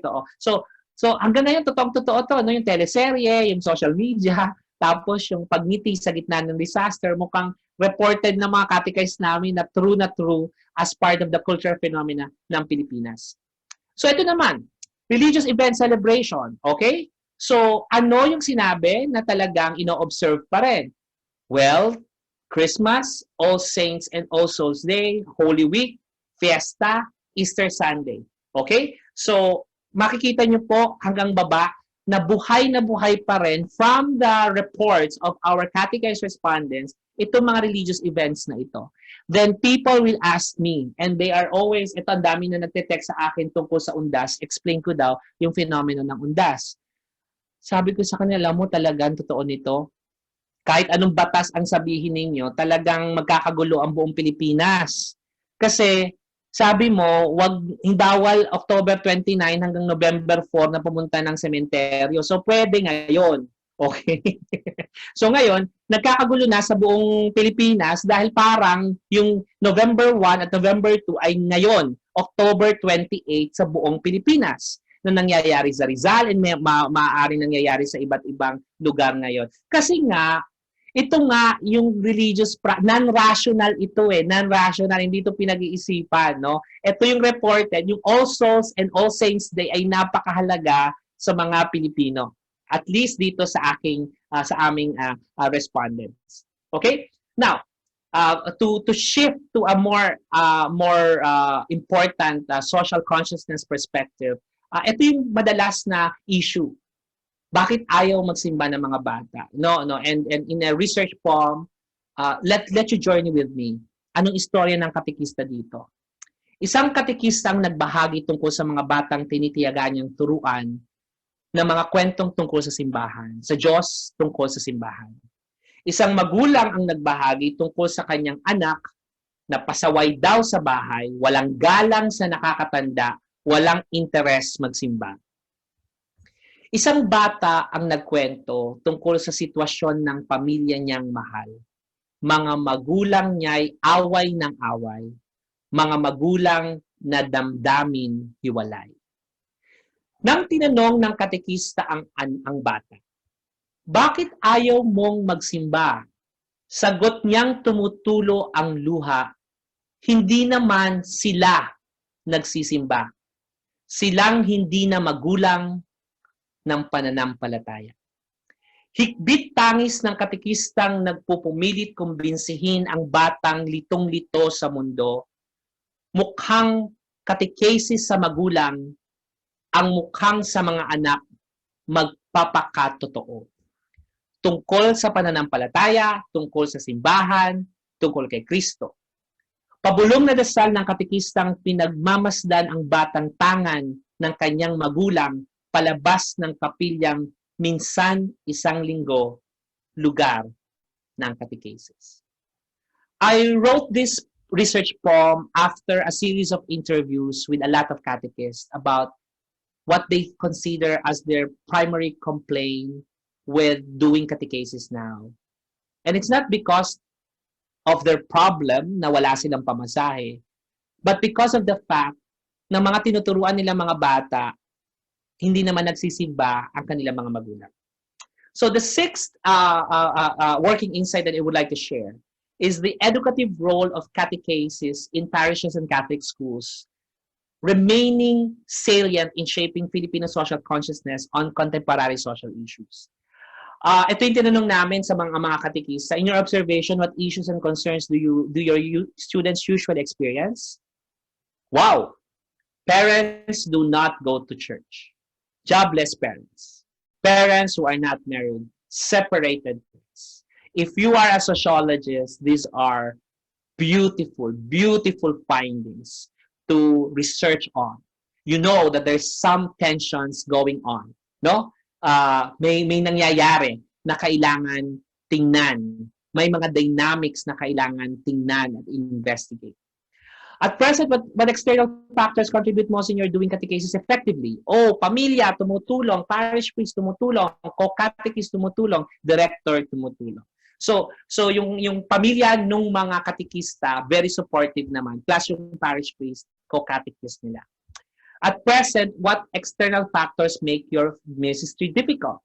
Well, walang gana mga estudyante, passive ang mga parents ng mga estudyante, wala silang teaching aids, at walang insufficient ang kanilang compensation. Right? So now, we go back now to the catechize, no?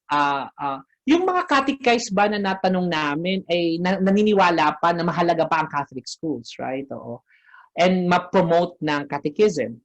Well, based on what you know, are there any Catholic schools in your area?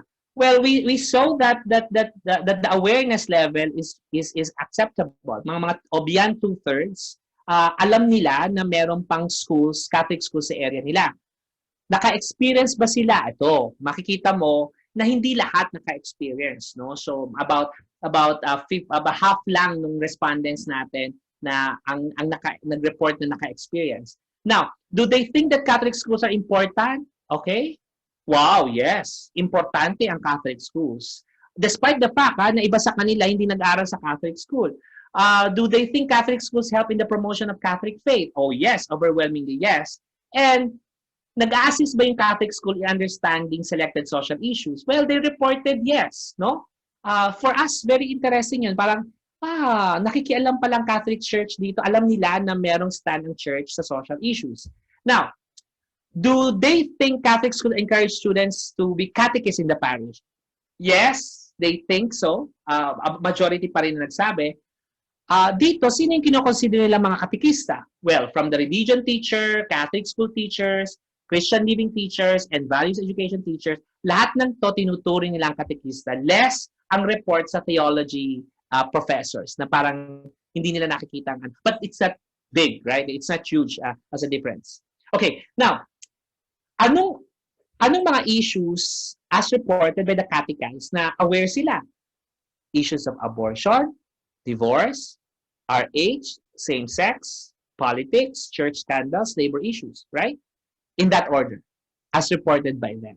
Okay? And then you can make a lot of inquiries kung meron siyang gender difference, meron siyang age difference, meron siyang center-periphery difference. In the future, we're going to report that. Now, church-related issues. Were you ever interested in knowing church-related social issues in the country? Yung mga catechists natin, 92%, about 93% are good. Okay sa kanila. Anong sources ng information nila? Well, broadcast media talaga. Broadcast media, saka social media. Ito na ang go for them to understand social issues. Now, tinanong namin, sa parokya nyo ba, meron ba kayong ino-organisa tungkol dito sa child relations issues? Ito makikita mo na yung pagbaba, no? Ng pagbaba ng engagement, no? Only 60%. In your experience, did your parish conduct awareness program? About 60%. In general, what do you think of Catholic Church should... Ito, maganda to. In general, do you think Catholic Church should be involved in political issues? Tingnan niyo po, half. Okay? Ano talaga? Divided tayo when it comes to church involvement on political issues. No, medyo talagang kahit yung catechist respondents namin, you don't, get a 100% na dapat mag-involve tayo sa political issues. Half, no? So may makikita kang istorya underlying such response. Last one, which is the 7th one. Key to understanding why the Catholic faith remains strong in the Philippines is recognizing the social-reproductive dynamic that the catechetical ministry play in the everyday life of the Filipino Catholic Church. Often, nagtataka tayo, bakit nananatili yung Catholic faith? I'm going to tell you that I think it's because of the catechists. They are unsung heroes of the church.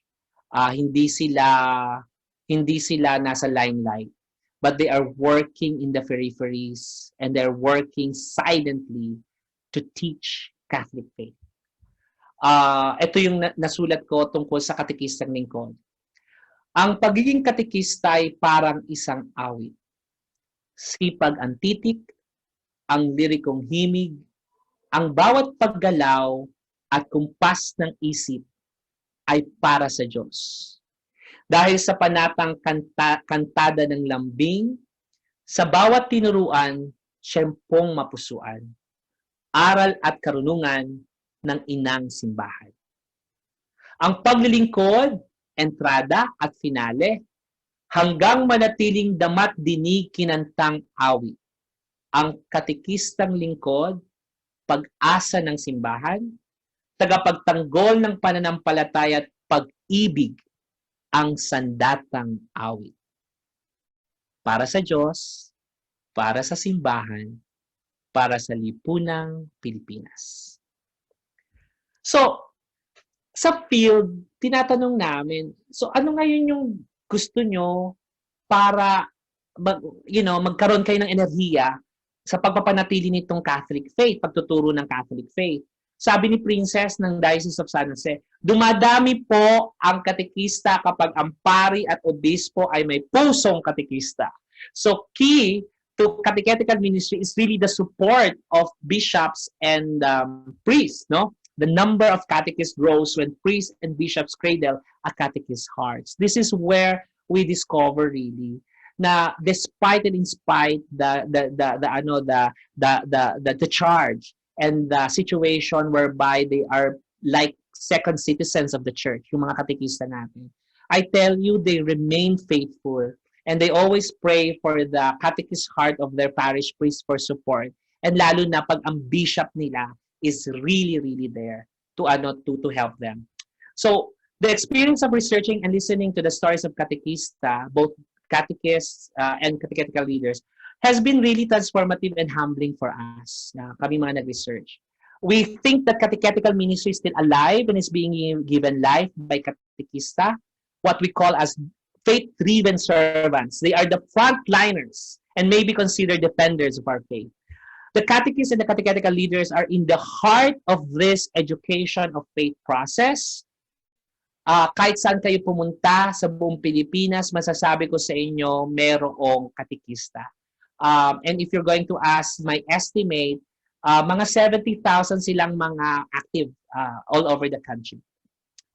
To heed this call may probably heal and find meaning to the wounds being thrust and inflicted to our church. So ang dami-dami nating problema dito sa ating simbahan. But we found that catechista really offers hope. Catechista finds meaning in sacrifices. Catechista knows what it meant to truly serve and sacrifice. And it seems that catechista may be the richness of our faith that could glue our church more cohesively. And this is what the social solidarity function is, no? That we are, that I'm trying to argue a while ago. So sa aming panaliksik, ang mga katekista may tuturing na natatagong K ng ating simbahan. Hindi karapatan, kapakanan, kakayanan, kundi kayamanan. Ang mga katekista may tuturing na natatagong kayamanan ng ating simbahan. Alagaan po natin sila. And so why did I share this? And these are not original slides. These are the slides that I actually shared with the CBCP, yung last 5 slides before the plenary council. And I tell you, when I start to talk about this, it was fascinating that the bishops started to respond, amen, over and over again with their applause. No, I never imagined that as a lay, na yung mga bishops ang mag-amen sa inyo. I really thought that it was a beautiful point of reflection between us or amongst us during that plenary session. Kasi that was the time na dinadraft nila yung kanilang statement. And I'm telling them that you have to protect and care for the catechist. Because a catechist's work is not a job, according to Pope Francis. It's being catechist requires love, an ever stronger love for Christ, love for His holy people. And so, yung interest of being, and perception of being catechist, tinanong namin yung mga catechists, no? Sabi ko nga, may social-reproductive dynamic itong pagiging catechista sa catechetical ministry, no? If given the chance, are you interested on being catechist, no? Oh, you have 7 of every 10 respondents na catechize are all good to become catechist. That's not bad, no? Na if you ask them, no, bata, matanda, bata, pwede naman pala magkatekista, hindi lang matanda kasi meron tayong proof na ito, di ba? May mga bata na gusto maging katekista, may mga kabataan na gusto maging katekista, may mga working na gusto maging katekista. So it's not really just the old, no? So yung engagement issue ang nire-raise namin dito. So what type? Mostly volunteer. Ang gusto ng marami. Volunteer. So do you consider being catechist like a missionary, sharing faith into various situations as missionary, pagiging missionary? Yes, they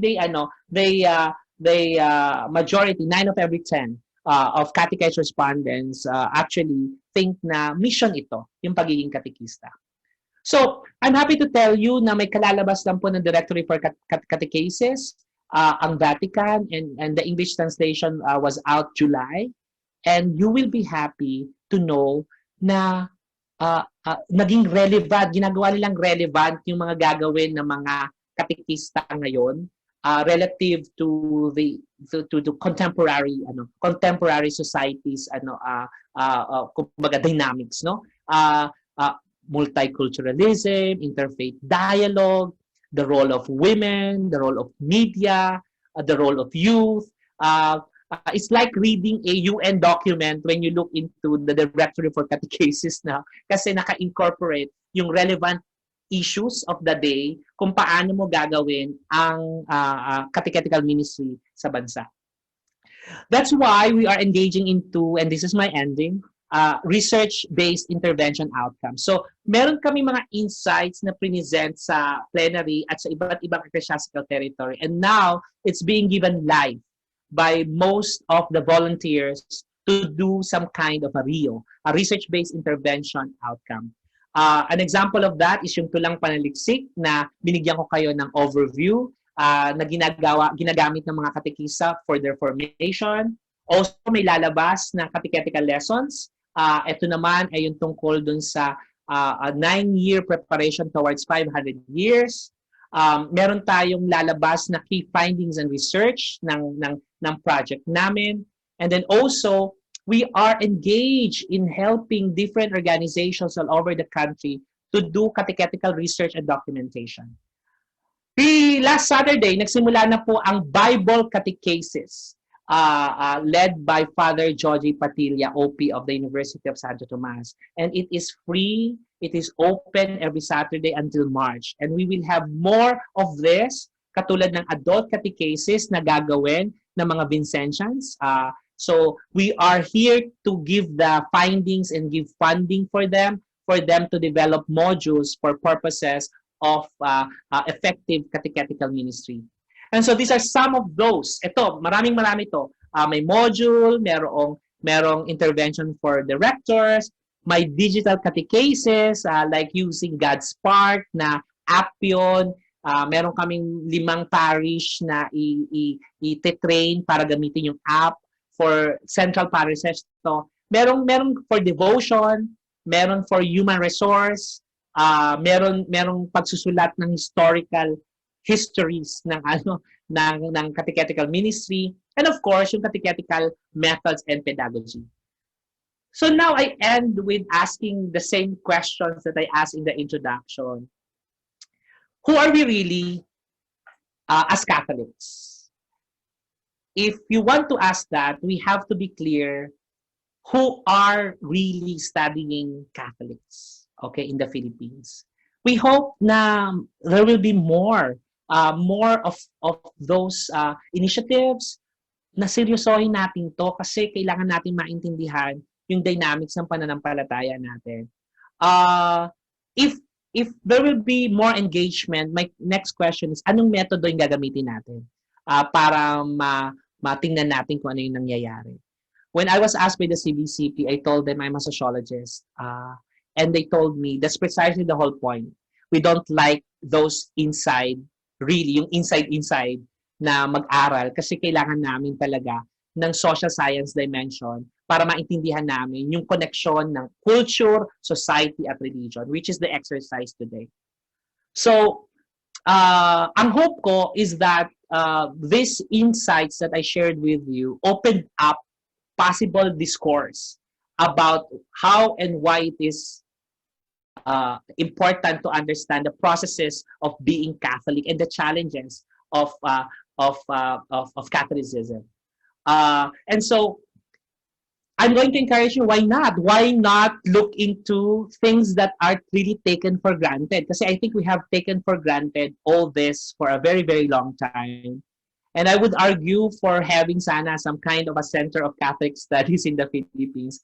Kasi sabi nga, talagang parang hindi natin to kailangan kasi panay mga Katoliko na naman tayo, which I do not subscribe to. Sabi ko, tingin ko, ang dami natin misconception tungkol sa atin, tungkol sa mga sarili natin. Kasi hindi naman natin talaga alam. I tell you, wala naman repository ng data ang mga Katoliko.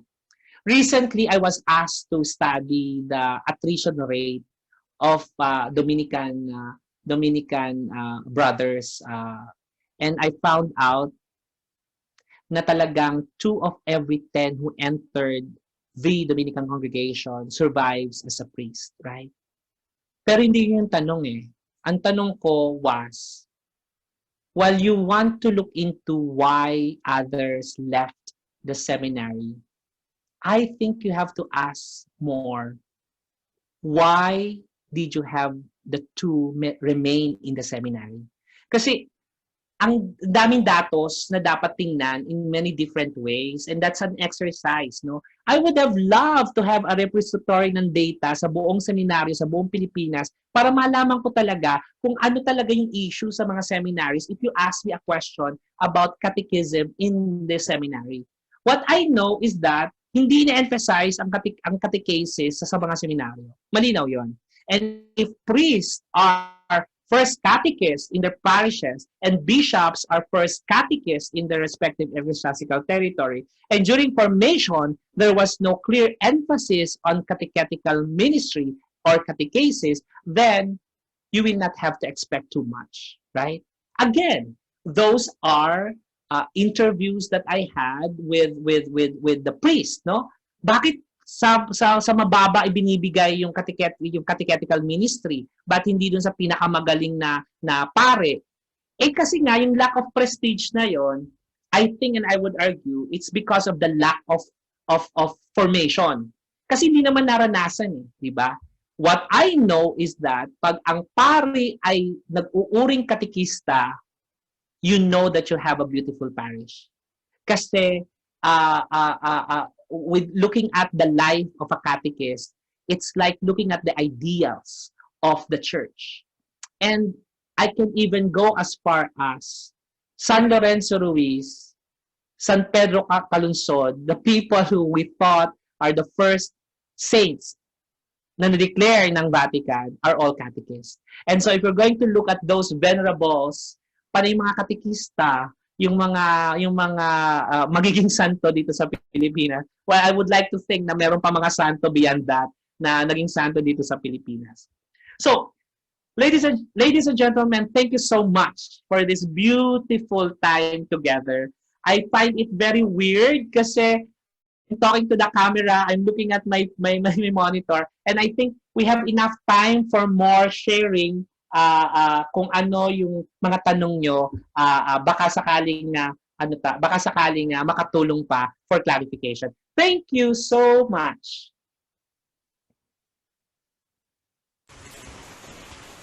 Thank you so much, Dr. Clarence Batan, for this very enlightening lecture and for sharing with us your experiences as well as your research and your study.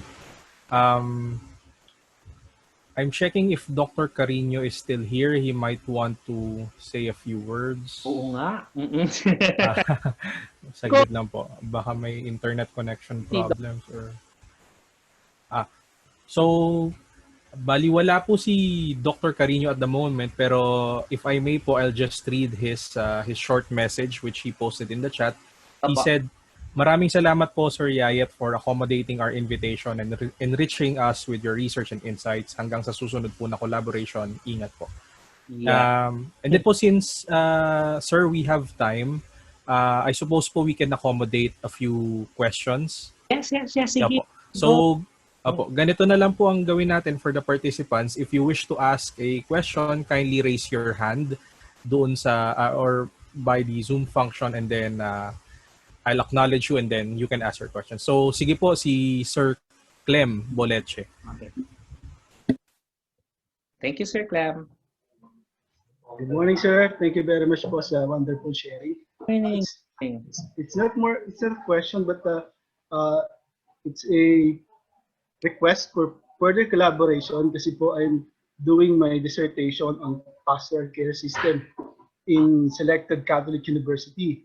And I thought your research is very much connected on what I'm supposed to do in my dissertation. Kasi I'm with the campus ministry for a long time. So nakita ko yung need ng pastoral care system natin, especially in Catholic universities. Yes, Clem, we're open to that. That's one of our research-based intervention outcomes, yung catechetical documentation and research, no? What we can really share with you, yung kailangan mo na research method or direction, we could provide so that, kasi alam mo, Clem, sabihin ko sa'yo yung totoo, no? Kasi sa seminaryo, hindi kayo tinuturuan ng research eh. Alam mo, yung simpleng pagtanong lang, kasi katulad ngayon, nag-share ako sa inyo, napakadami namin data. Pero imagine mo yung isang data lang, ang sarap ng pag-usapan, no? Pero bago ka nagka-data, nagtanong ka ng maayos, ni-research mo yun kung paano siya tatanungin at sino-sino yung tatanungin mo. So sabi ko nga, Clem, madalas, doon sa mga paring kausap ko sa presentation, kasi kayo, hindi man lang kayo tinuruan kung paano mag-interview at kung paano i-analyze yung interview. Eh, nakikinig kayo kung kani-kaninong mga ladies na malapit sa inyo or mana.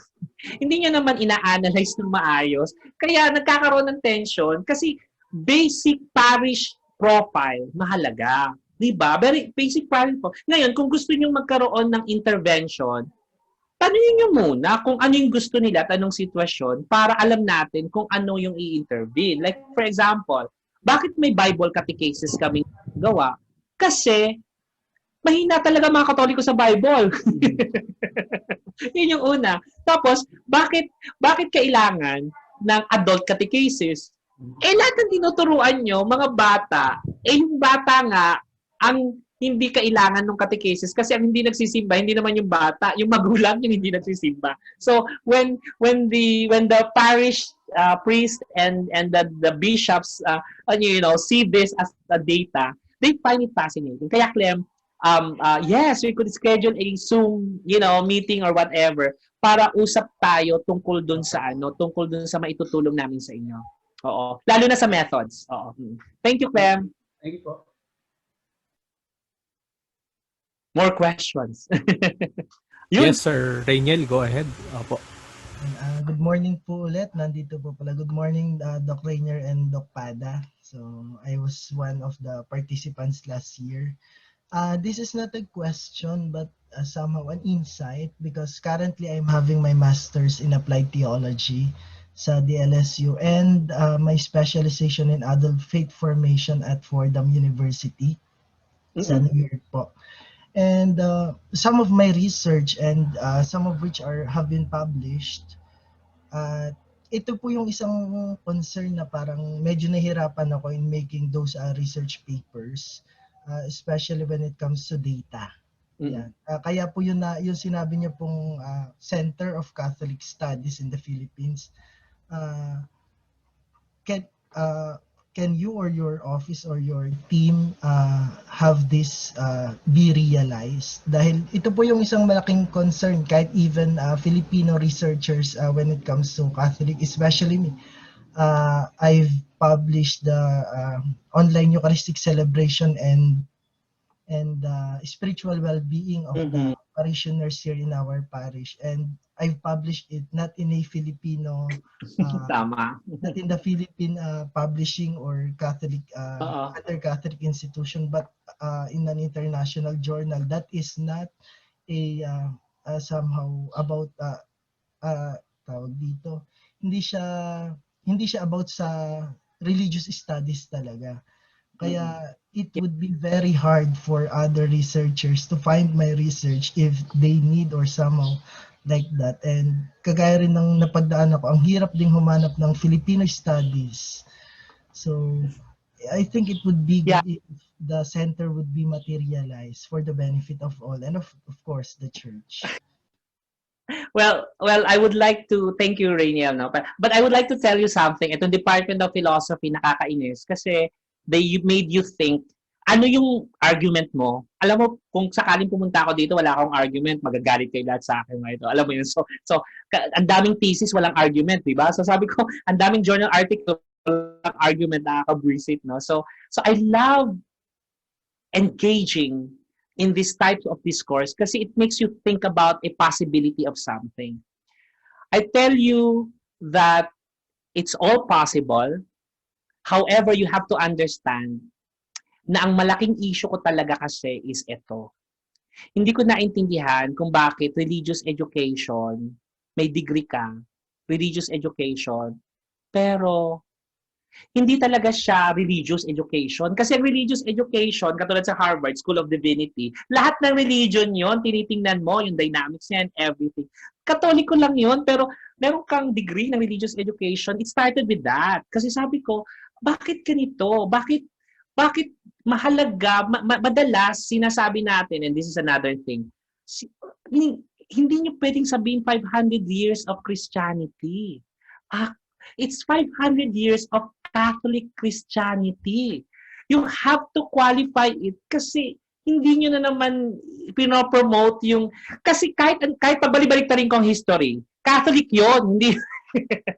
So parang mga ganon. So tapos, meron pang isa na pag religion teacher ka, religion teacher ang tawag. Sabi ko, bakit nyo pinapabayaan na religion teacher ang tawag? Bakit nyo pinabayaan na Christian living yung course?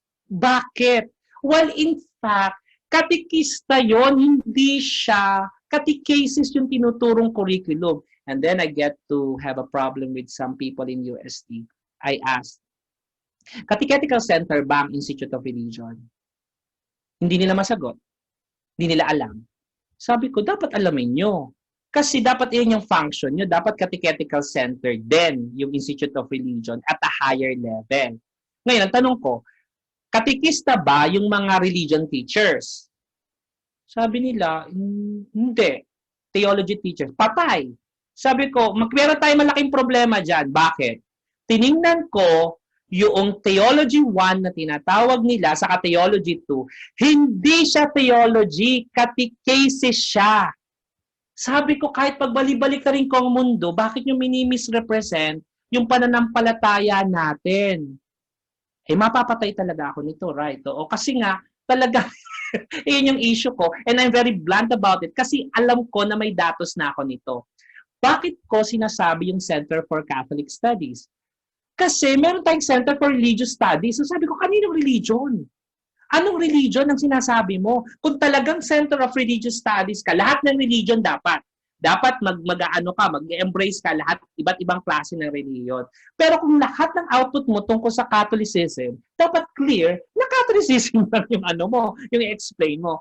Eh, medyo interested ako doon na i-push yung aspect na yon, and thank you for allowing me to to have an ally in you, and let's see kung yung NCS can really push for having a center for Catholic studies naman in the future. Thank you, Rainiel. Thank you po, Doc. Hopefully one day we'll have a collaboration too. Sige po.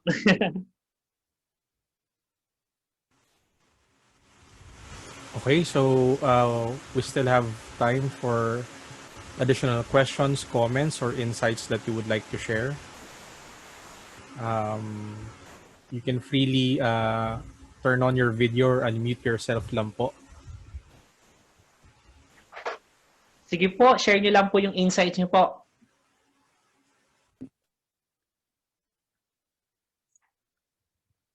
Sana meron pa.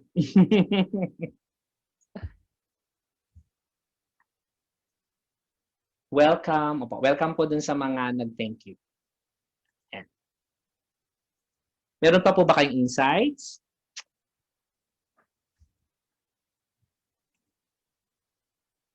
Ay. So, ayan, si Sir Ron Bedia.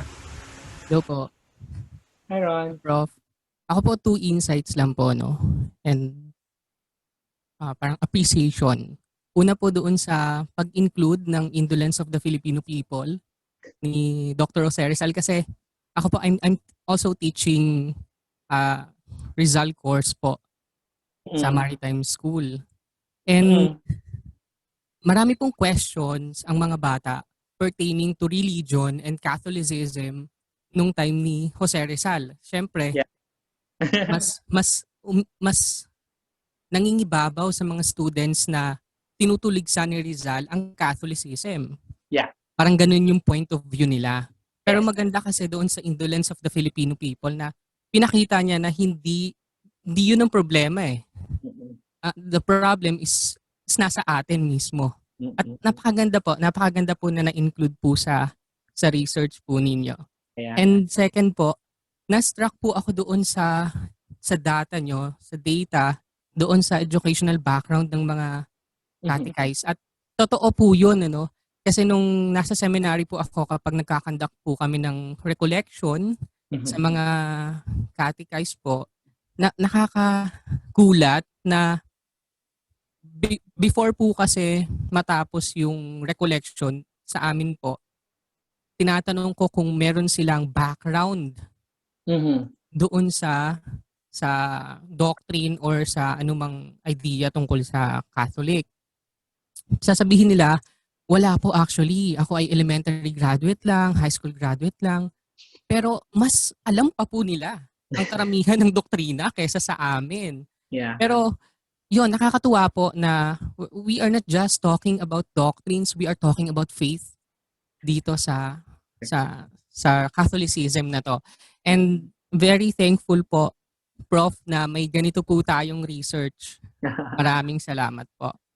Salamat, Ron. No? I'm going to react on your 2 points. No? Yung una, yung tungkol dun sa upcoming paper ko. It's a book chapter from Oxford University Press, Handbook on Global Youth Studies, where we were forced to look at your phenomenon relative to your Global South scholar. And I found for the first time Rizal as someone I should be using always instead of always using Bourdieu, Mills, and Marx, right? So sabi ko, oh my God, as a Global South scholar, I should be looking into ano yung emerging theories natin dito na nagawa na nung magagaling nating mga kapwa Pilipino. And Rizal is one of them. And I tell you, that's when I discovered a beautiful sociology of Catholicism. Sabi nga ni Alata, sabi niya na mukhang ang provide ni Rizal is a theory of colonial society. Ako, dun sa paper ko, sinasabi ko na you know what, other than that, meron siyang sociology of Catholicism that for me is very, very important to redirect our attention on the analysis of the situation during colonial times from the institutionalized Catholicism. Parang demonized eh. Right? Demonized talaga siya. Sabi ko, this is really crazy. But I love that dimension, yung isang dimension. Now, yung pangalawang yung pangalawang discovery natin tungkol dun sa mga katekista natin, talaga namang ganitong pag-aaral, nagulat din ako. Kasi, sociology could do a lot, but to look into what you call as strange in the familiar is actually what happened here. Na-fascinate talaga ako. Kasi parang sabi ko, hindi naman ako maayos na Katoliko, right?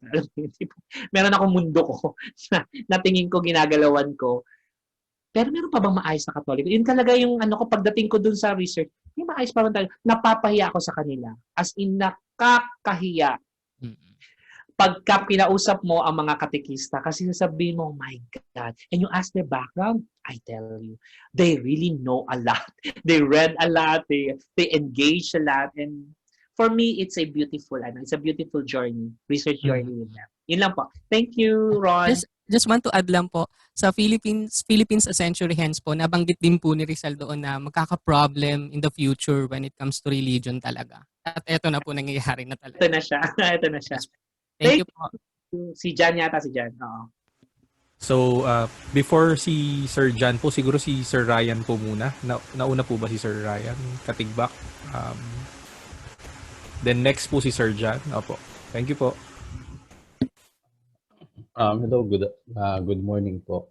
Morning. Going back po dun sa una yung question na ano yung unang idea namin with regards to religion. So, isa talaga ay we were somehow forced to embrace this kind of religion. Halimbawa, ako po, ang parents ko po ay Catholic. So, whether I like it or not, so ako po yung naging Catholic. So, ganun lang po yung pinaka-basic na konsepto ng religion. And it's good to have this kind of course in the sense na ina-embrace lang namin mga Katoliko kung ano yung pinigay sa amin ng aming mga magulang and without asking kung ano yung mga things that we should know about the religion that we embrace or about the faith that we are practicing. And I think strengthening this catechesis would really somehow strengthen the faith of each and every Catholic. Specifically, this is not to argue or to, so to say, to attack or not to offend other religion. Pero this is the strength of other religion in the sense that they know too much with regards to their faith. They do even go to different houses compared to the Catholic na normally kailangan mo pumunta ng simbahan para sabihin natin ma-evangelize ka. Eh, yung misa, hindi naman talaga siya, kumbaga, yung faith ay hindi it would not cover the concept of faith doon lamang sa misa you just attend. Pero compared to other religion or to other sect, talagang nagbabahay-bahay sila na. That's why I think one of the reason why there are many Catholics na sabihin nating umaalis o sabihin natin ay they would choose to embrace other religions is because of the weakness of this field of faith, which is catechesis. And I think maganda nga po itong course na to para somehow ma-enlighten and at the same time ma-address yung concern na yun. Yun lang po. A sort of comment or insight yata po yun. If I do not know. Yeah. Yun lang po. Yeah, it make a lot of sense, Ryan, dahil ganyan din ako tumingin. Alam mo yun, ibig sabihin, bakit ba nagkakaganito? Bakit ba, parang wala namang maturity yung pagiging Katoliko natin, no? And now, we really think in the research na we are lacking the educative initiative. Kasi catechesis is the educative initiative na provided by the mechanism of the church for it to be socially reproduced. So, hindi siya effective. So, ibig sabihin, pinapabayaan lang natin. Pinabayaan natin all throughout. Pero despite that, which is our discovery, nananatili yung basic fundamental na prayer, sign of the cross. Kasi yung katekista na dyan. Hindi kasi namatay yung mga katekista, right? Kaya lang nga, yung mga katekista, pag hindi mo finorm ng maayos, di ba? Na-misinterpret yung pananampalataya natin, right? So which is another issue, right? Oo. So for intervention, yun sana yung gusto naming mangyari, na mas maganda yung formation nila, provide sila ng resources para maturo nila ng maayos yung pananampalataya ng Katoliko. Yun na. Okay, so yun ang gets ko doon. Thank you. Okay, thank you po. Okay, Sir Jan Kevin Mendoza. Opo. Okay, so good afternoon. Thank you po, Sir Clarence, for that wonderful research that you have provided. So siguro po 2 points.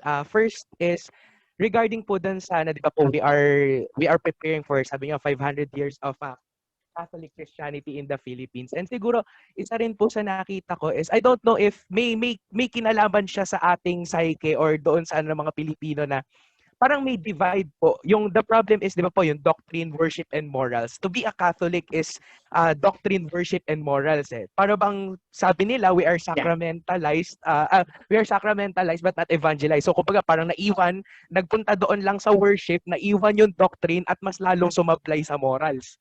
So parang I don't know if if there is something related doon sa culture ng Filipino kaya merong gano'n, nagkakaroon ng divide sa kanyang puso, isip at sa kanyang gawa. I don't know kung gano'n po yan. Yung the first na parang hindi ko alam kung saan yung simbahan ay nagkulang ba sa talagang sa pagdodoktrina, sa worship, kaso lumalabas na kumakaunti na rin yung mga nagsisimba, yung kung sacramentalize, misa lang yung pinapertain natin doon. What about the other sacraments na hindi naman ina-avail talaga ng mga Pilipino? Tapos yung sa morals, bakit gano'n na kahit na ano pa rin, tayo pa din ang lumalagay sa death penalty, although ano pa rin tayo sa divorce, sa same-sex marriage, etc. Parang hindi pa rin natin ma-embrace na, okay, Katoliko ako. Marami nagsasabi na, Katoliko ako pero hindi ako naniniwala sa sige, hayaan natin ang same-sex marriage, hayaan natin. Parang nagkakaroon ng divide sa psyche niya na na-emphasize yung isang aspect doon sa iba. So parang hindi holistic yung pagkaka-form sa atin na bilang Catholic Filipino, no? Tapos the second po is since I'm also teaching in a Catholic institution, Catholic school. Surprisingly, meron pa ring mga kahit sa Catholic school, dumating ako as grade 12 teacher po ako ng ng Christian living or theology. But now, what I'm teaching them is, again, the basics again. Bumabalik ako sa basics. Kumaga parang, actually, hindi ko sinunod yung kung ano yung ipinapaturo sa akin. Kasi I found it, ang ituro ko sa kanila is, once again, yung basic na parang nakarating sila ng grade 12, hindi malinaw sa kanila kung bakit sila nagkukrus. Nakarating sila sa grade 12, akala nila nagkukumpisal sila at iyon na isang parusa. Parang, hindi ko alam kung gaano ka-effective talaga ang Catholic instruction, religious instruction sa mga Catholic schools. And kung effective talaga, bakit yung mga napupunta halimbawa for instance, sa gobyerno, mga graduate ng Catholic University or that, pero kumbaga nai-involve pa rin sila sa hindi para bang hindi siya in line sa Catholic principles. Yun. So kumbaga parang two things na parang yung about sa doctrine, worship, and morals ng mga Filipinos. Tapos second is yung sa effectivity po ng sa Catholic universities and institutions with regards to instruction. Thank you very much po, Sir Batan. Beautiful articulation, beautiful points that you made, and I tell you, when it comes to those points, firstly, ang sagot lang dun sa dalawang points na ginawa mo is failure of catechesis. Simply, it's a failure of catechesis. So, one of the things that I discovered, and I think I'm going to dialogue with the ghost of Bulatao, for example, of the ghost of Hokano. Si Hokano, folk Christianity yung sinasabi niya, where in fact, dapat sinabi niya sana folk Catholicism, right? Kasi hindi naman, nainis ako ngayon dahil nag-aral ako nitong catechetical ministry. The other one is the notion of split-level Christianity. Oo. Which I think dapat split-level Catholic Christianity pa rin yung sinasabi niya kasi yung in-explain naman niya doon is mga Katoliko. But anyway, I always say this, our data is really saying walang split na naganap. Walang split. Sasabihin mo lang may split pagka may proof ka na talagang nabuo yung pagiging Katoliko mo. Hindi nga naturuan ng maayos, paano mo mai-split, right? So sabi ko, may problema dito.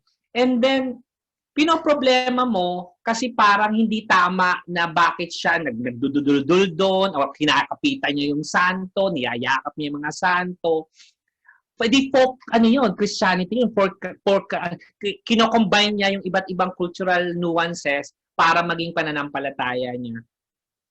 Hindi ko alam kasi pag sinabi mong Catholic, dapat alam mo na nag-input ka sa kanya, ito yung pananampalataya natin, tapos bago niya i-combine yun.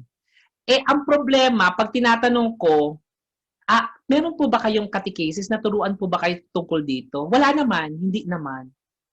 So, kung aayusin mo yung logic dyan, malinaw na may failure ng catechesis.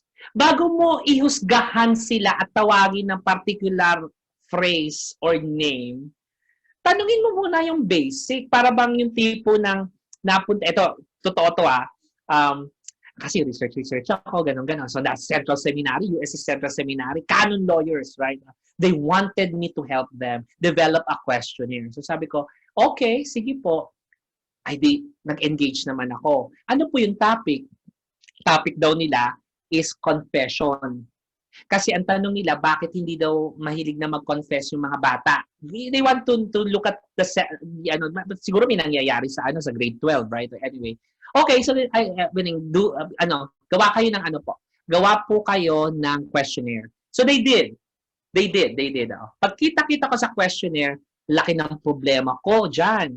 Alam mo kung bakit? Kasi may mga assumptions doon na hindi nila kinapture. Like for example, ang tanong ko sa kanila, what is the first thing you did when you were developing your questionnaire on confession? Ay di sila, nagtanong sila, nagawa sila. Sabi ko, wrong. Sabi ko, this is really very bad. The first thing that you should have done is to look at the CCC, the cases ng Catholic, alam mo yung doctrine, the CCC, right? O, the Catechism of the Catholic Church. Yun dapat ang una. Bakit? Dahil na-discover ko, iba pala yung penance sa confession, sa reconciliation, na na-explain dito sa dito sa catechism, sa CCC, right? Which for me is very, very interesting process. Kasi sabi ko, kung yung mga canon lawyers hindi nagtatrust dun sa CCC, paano pa yung iba? Ang point ko ay ito. May sa CCC, mayroong penance, reconciliation, saka yung isa pa, right? Confession. Ngayon ang tanong ko, sa Philippine context, pag sinabi mong kumpisal, ano yung penance, ano yung reconciliation, at ano yung confession. So ibig sabihin, yung contextualization niyan sa pagiging Pilipino natin, malaking problema na. Sana mayroong problema, 'di ba? Kasi sa ating kumpisal lang 'di ba? Pero doon pala sa pananaw doon sa CCC natin, marami pala siyang eksplanasyon ng mga bagay-bagay.